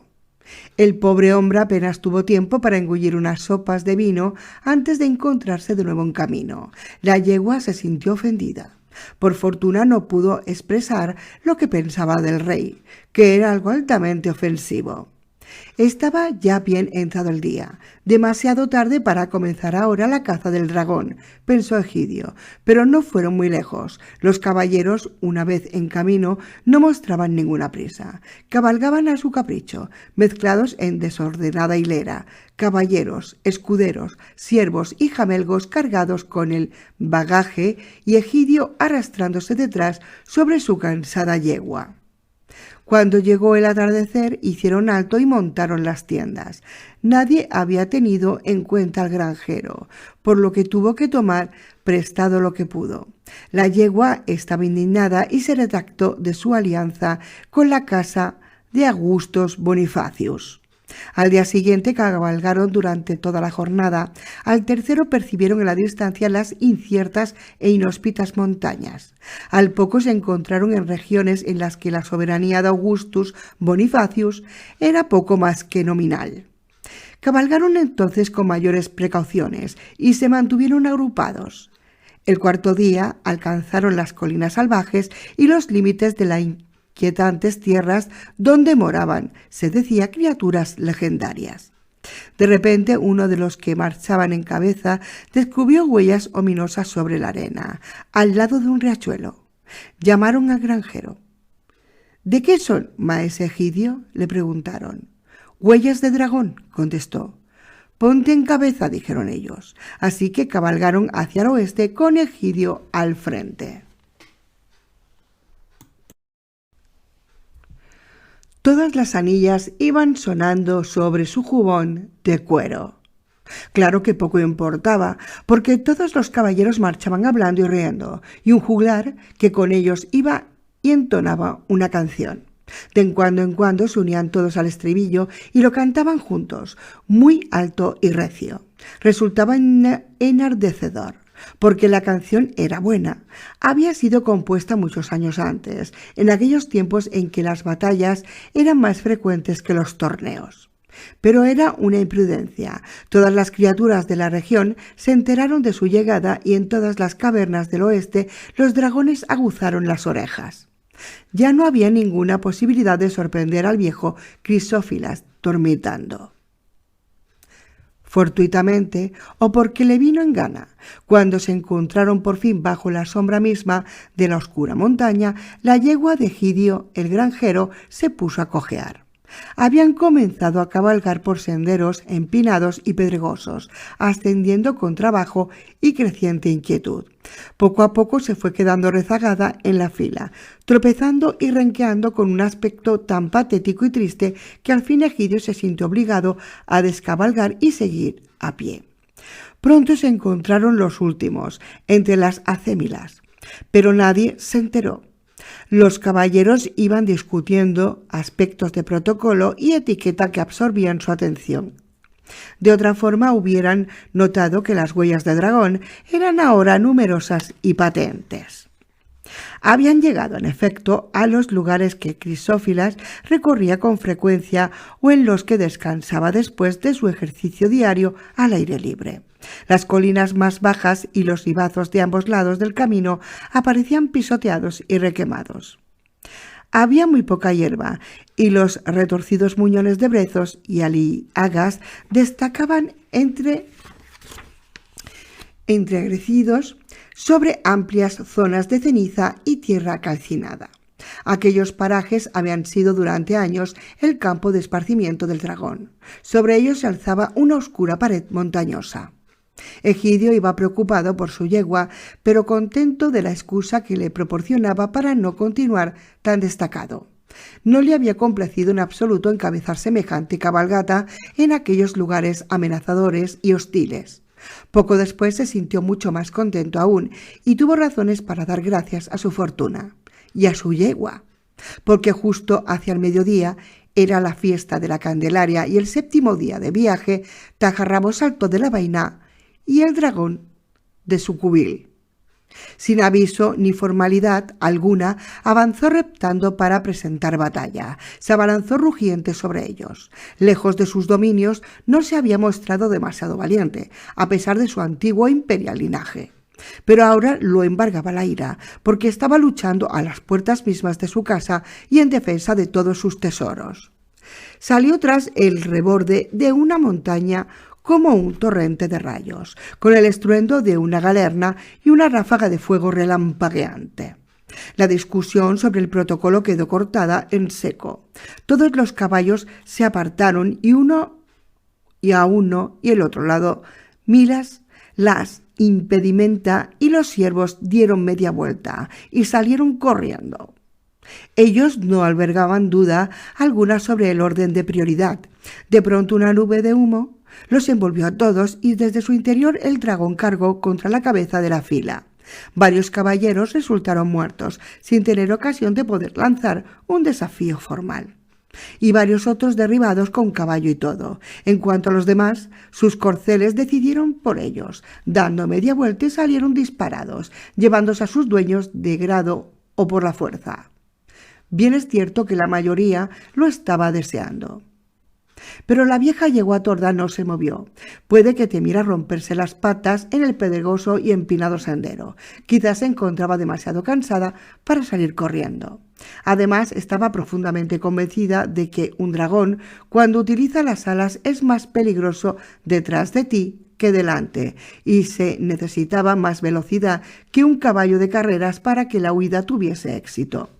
Por otro lado, ella había visto a Crisófilas en ocasiones anteriores y recordaba cómo lo había perseguido por los campos y el río, allá en su tierra, hasta que cayó dominado en la calle mayor del pueblo, de forma que afianzó bien las cuatro patas y soltó un bufido. Egidio estaba todo lo pálido que su tez le permitía, pero se mantuvo a su lado, no veía qué otra cosa podía hacer. Y así sucedió que el dragón, al cargar línea abajo, se encontró de sopetón a su viejo amigo con tajarrabos en la mano. Aquello era lo último que esperaba. Se desvió a un lado, como un enorme murciélago, y se desplomó sobre el ribazo próximo al camino. Allí se presentó la yegua torda, olvidada casi de su cojera. Egidio, más envalentonado, se había encaramado a su lomo con toda premura. «Perdonad», dijo, «pero ¿estabais buscándome por casualidad?» «Ni mucho menos», dijo Crisófilas. «¿Quién iba a pensar en encontraros aquí? Solo había salido a volar un rato». «Entonces ha sido nuestra buena suerte la que nos ha guiado», dijo Egidio, «y es un placer para mí, porque yo sí os estaba buscando. Es más, tenemos un asuntillo pendiente, varios, para ser más precisos».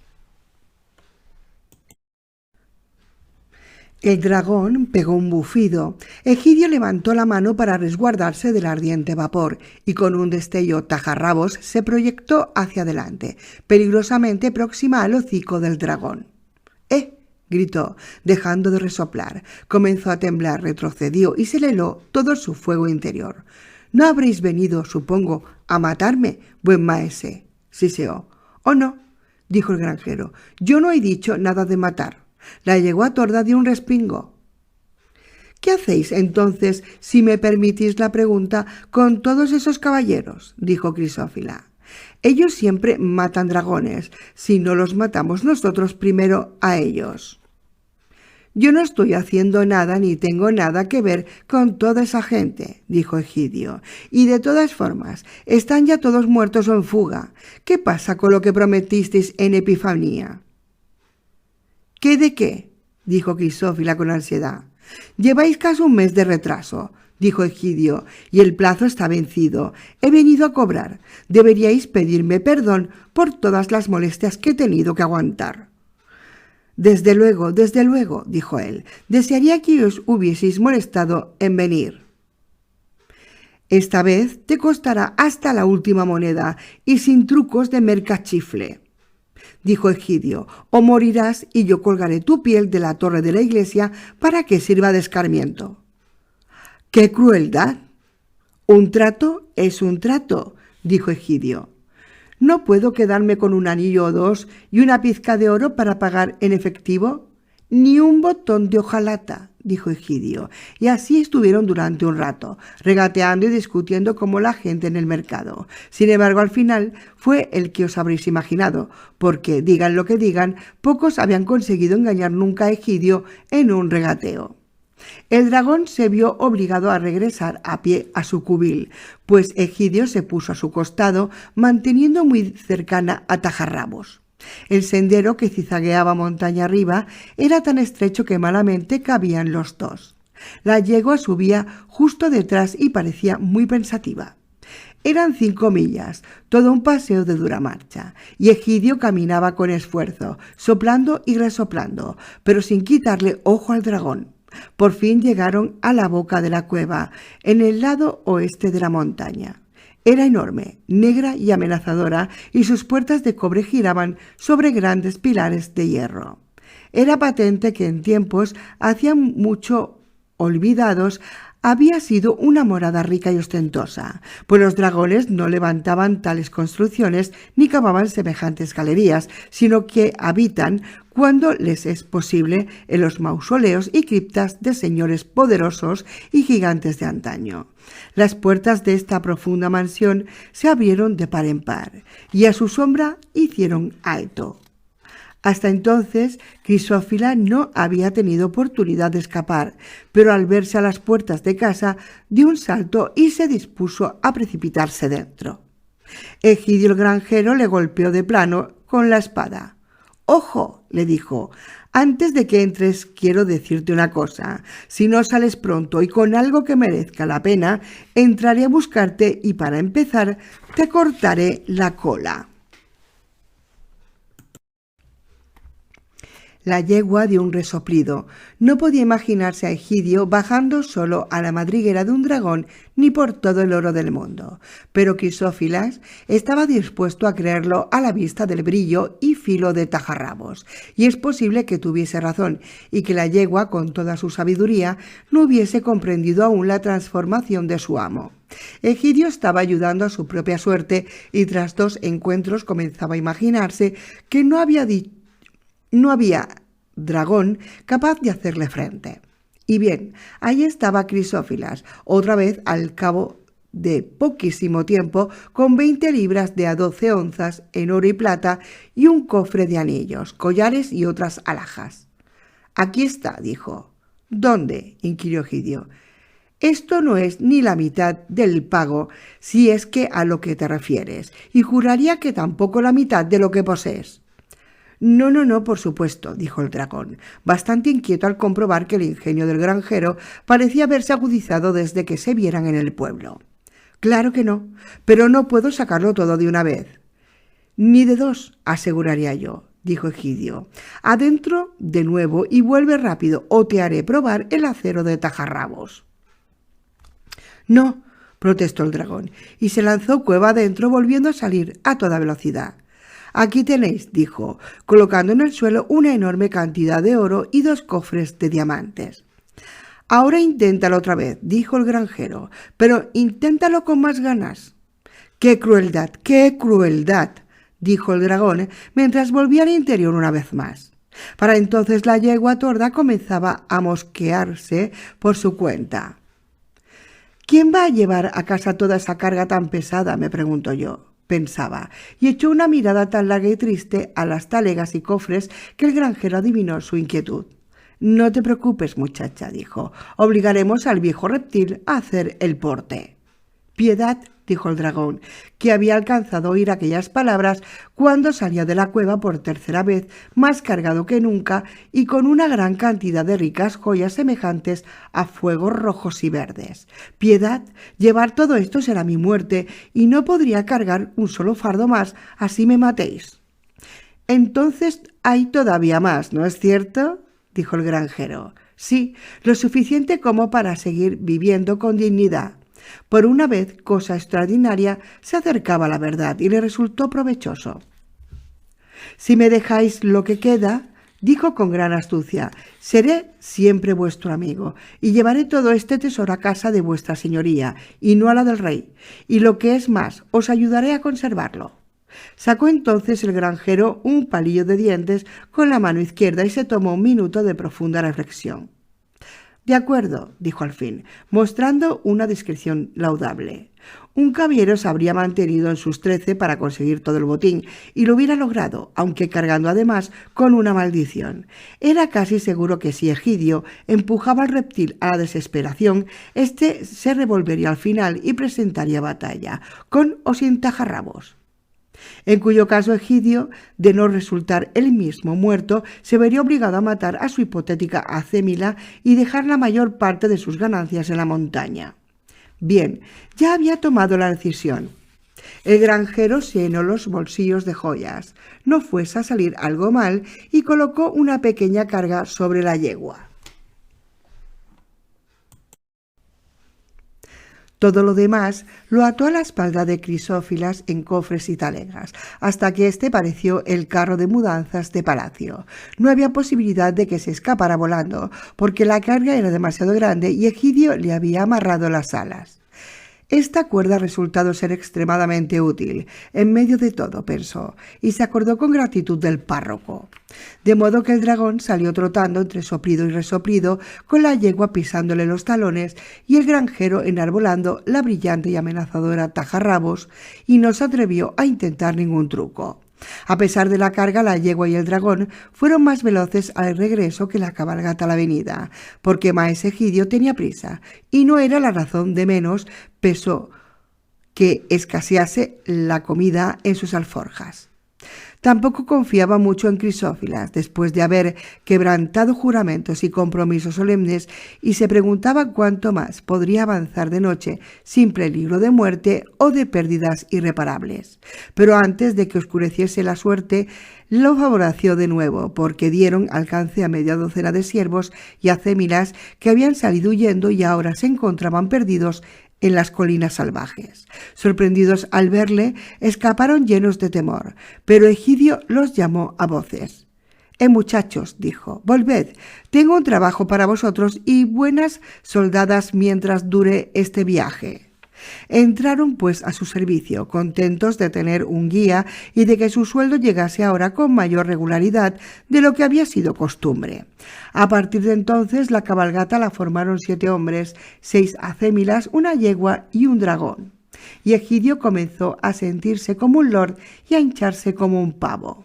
Se detuvieron lo menos posible.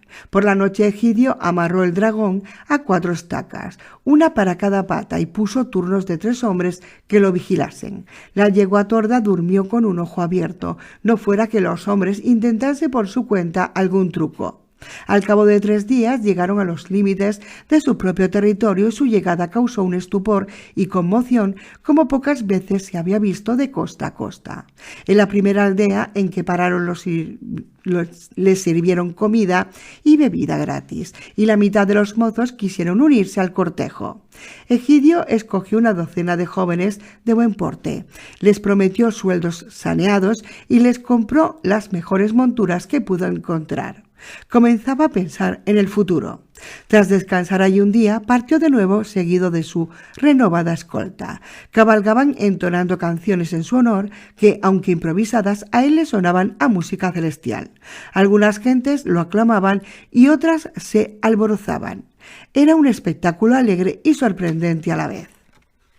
Al poco Egidio, el granjero, viró hacia el sur y puso rumbo a su casa sin llegarse a la corte ni enviar ningún mensaje. Pero la noticia del regreso de maese Egidio se extendió como un incendio bajo el viento del oeste y causó gran sorpresa y confusión, porque su llegada coincidió con los últimos ecos de un decreto real que ordenaba a todas las villas y pueblos guardar luto por la pérdida de aquellos valientes caballeros en el paso de las montañas. Por donde quiera que Egidio iba, se olvidaba el luto, se lanzaban las campanas al vuelo y la gente se agolpaba a la vera del camino, gritando y gritando gorros y pañuelos. Y abucheaban de tal forma al pobre dragón que empezó a arrepentirse del trato que había hecho. Aquello resultaba de lo más humillante para alguien de antiguo e imperial linaje. Cuando llegaron a Ham, todos los perros le ladraron con desprecio, todos menos Garb, que solo tenía ojos, orejas y nariz para su amo.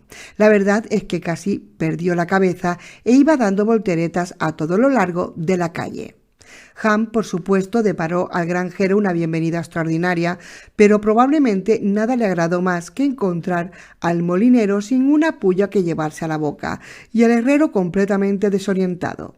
«Aquí no se ha terminado todo, recordad mis palabras», dijo, pero no encontró nada peor que pronosticar y movió la cabeza con pesadumbre.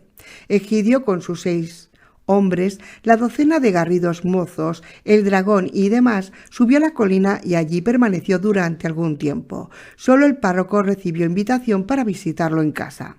Pronto llegaron las noticias a la capital y la gente, olvidando el luto oficial, sí, e incluso sus propios quehaceres, se echó a la calle. Todo eran voces y algarabía. El rey se encontraba en su mansión, mordiéndose las uñas y mesándose la barba. Entre el desconsuelo y la rabia y la preocupación financiera, se había puesto de un humor tan negro que nadie se atrevía a hablarle. Por fin el jolgorio de la calle llegó a sus oídos. Aquello no sonaban a lamentaciones ni a llanto. ¿A qué se debe todo ese ruido?, preguntó. Ordenad a la gente que se vaya a sus casas y que guarden decentemente el luto. Esto parece un mercado de aves. El dragón ha vuelto, señor, le contestaron. ¿Qué?, dijo el rey. Reunid a todos los caballeros, o lo que quede de ellos. No hay necesidad, milord, contestaron.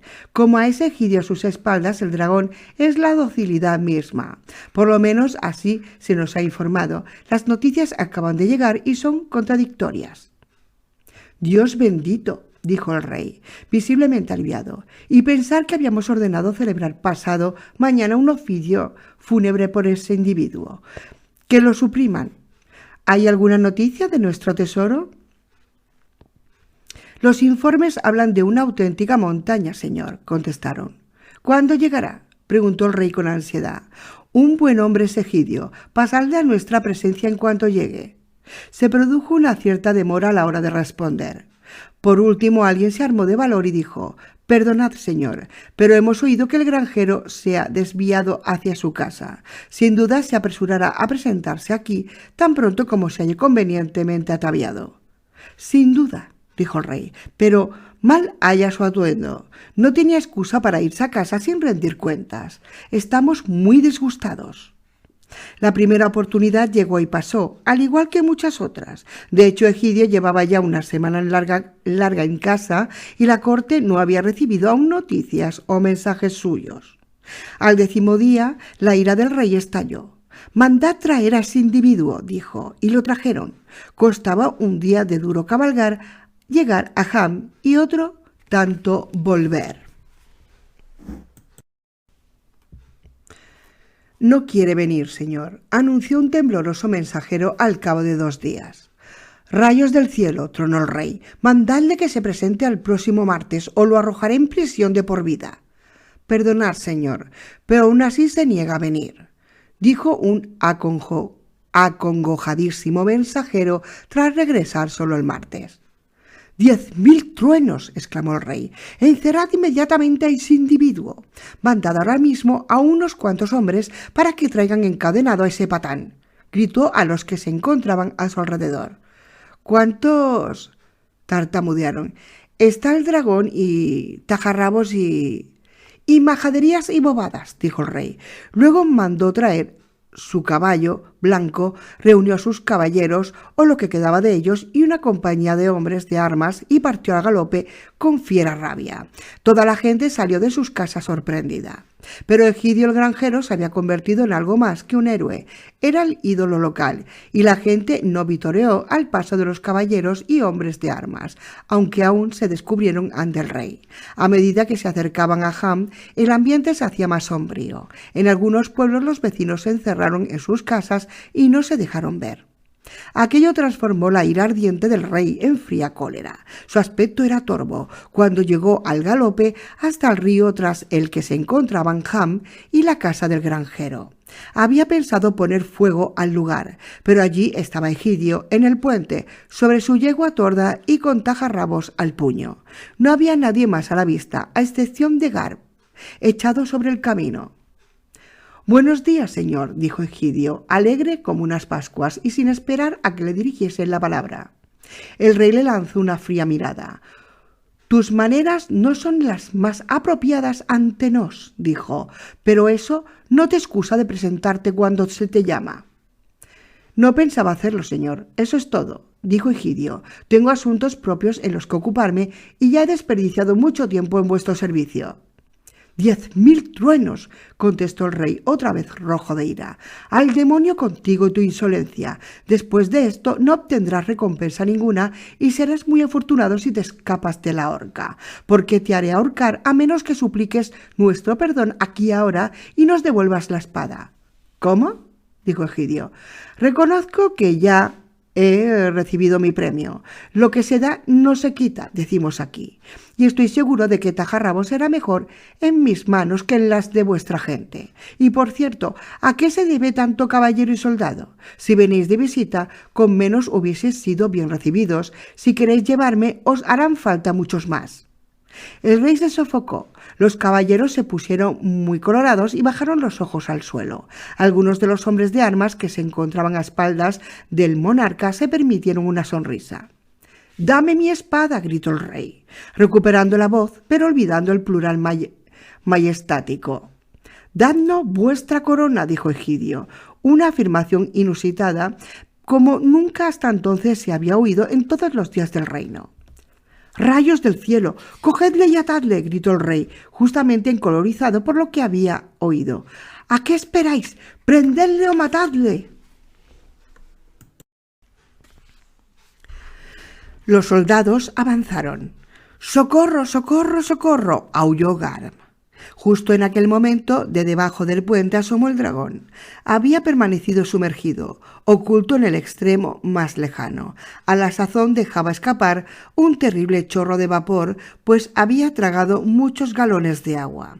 Inmediatamente se formó una densa niebla en la que solo se veían los ojos rojos del dragón. «Volved a casa, estúpidos», bramó, «o acabaré con vosotros». En el paso montañoso yacen fríos ya muchos caballeros y pronto habrá más en el río. Todos los corceles y hombres del rey. Rugió y saltó hacia adelante y clavó su garra en la blanca montura del monarca, que salió galopando con los 10.000 truenos que su amo mencionaba tan a menudo. Los otros caballos los siguieron con la misma celeridad. Algunos ya se las habían visto antes con el dragón y no guardaban buen recuerdo.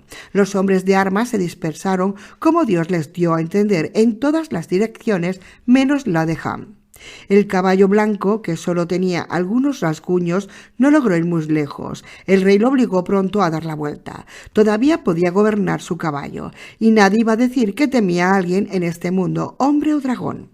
Para cuando volvió ya se había disipado la niebla, al igual que los caballeros y soldados.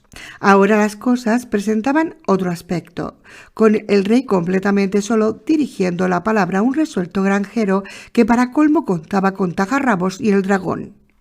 Pero la entrevista no sirvió de nada. El granjero Egidio era obstinado.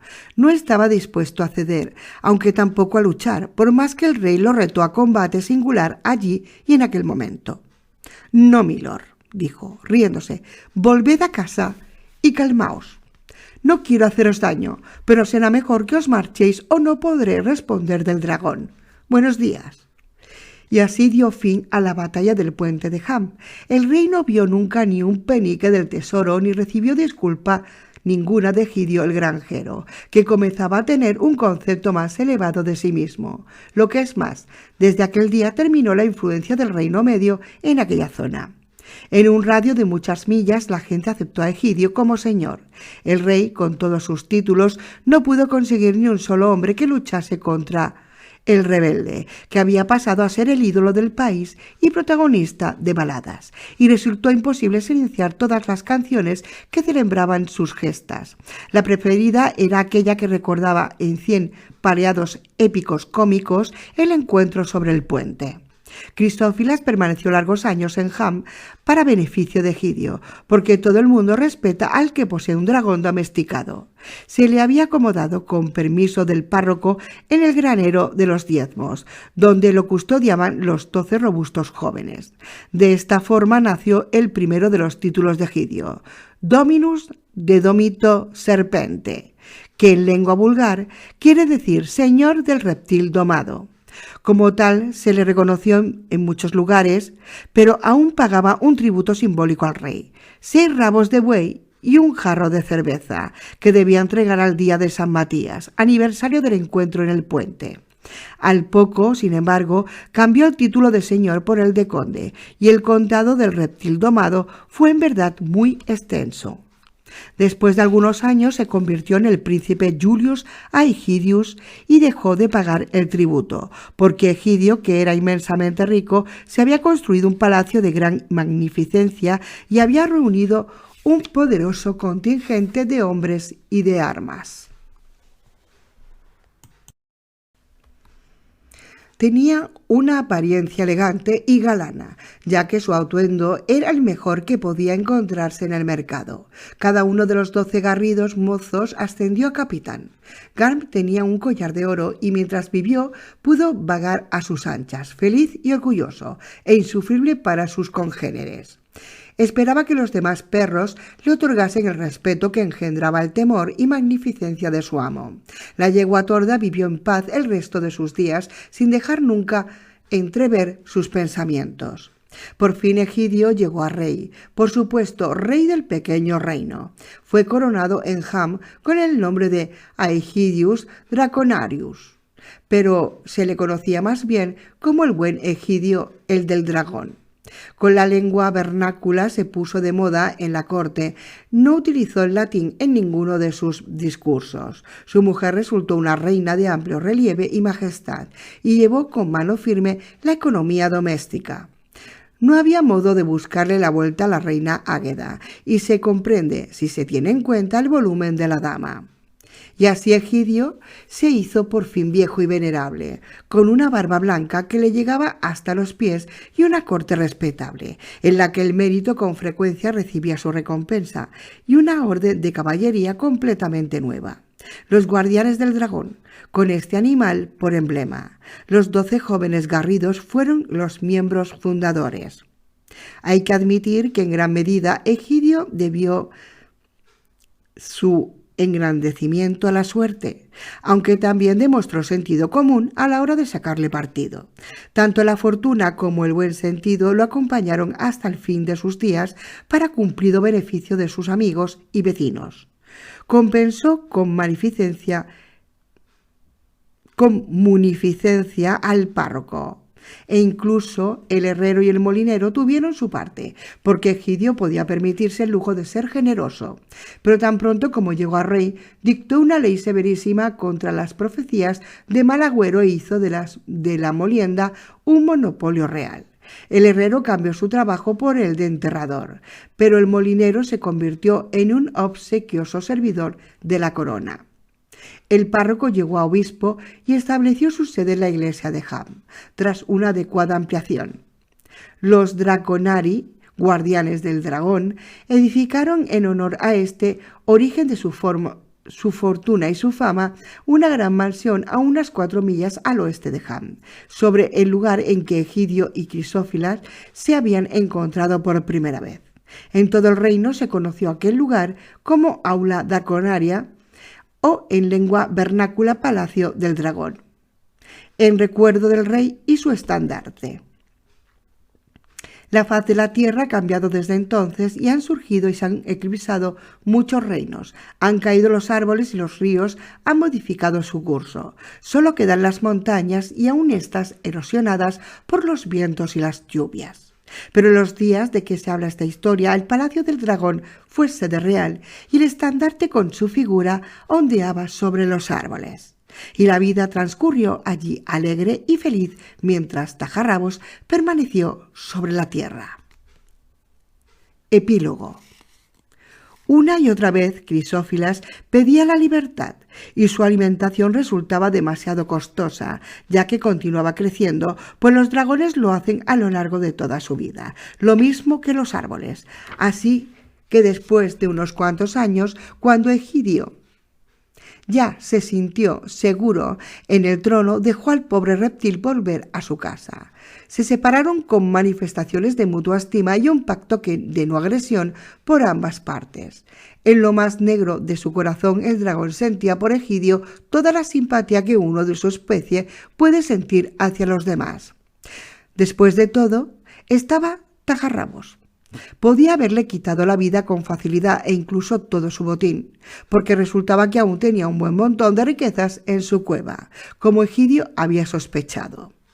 Emprendió su vuelo de regreso hacia las montañas, lento y trabajoso, pues las alas se le habían entubecido con tan larga inactividad y su tamaño y su caparazón habían crecido enormemente. Una vez en casa, echó a la calle a un joven dragón que había tenido la temeridad de establecerse en ella mientras Crisófilas estaba fuera. Se cuenta que el fragor de la pelea se oyó por toda Benedotia. Cuando terminó de devorar con gran satisfacción a su derrotado oponente, se sintió mejor y se mitigaron las cicatrices de su humillación y durmió durante un largo periodo. Despertó, por fin. Súbitamente inició la búsqueda del mayor y más estúpido de los gigantes, que había comenzado todo el asunto una noche de verano, hacía ya mucho tiempo. Le dijo lo que pensaba de él y el pobre individuo se quedó todo apabullado. «Un trabuco, ¿eh?», dijo rascándole las cabezas. «Yo creí que eran tábanos». Finis, o en idioma vernáculo, fin. Fin de la historia.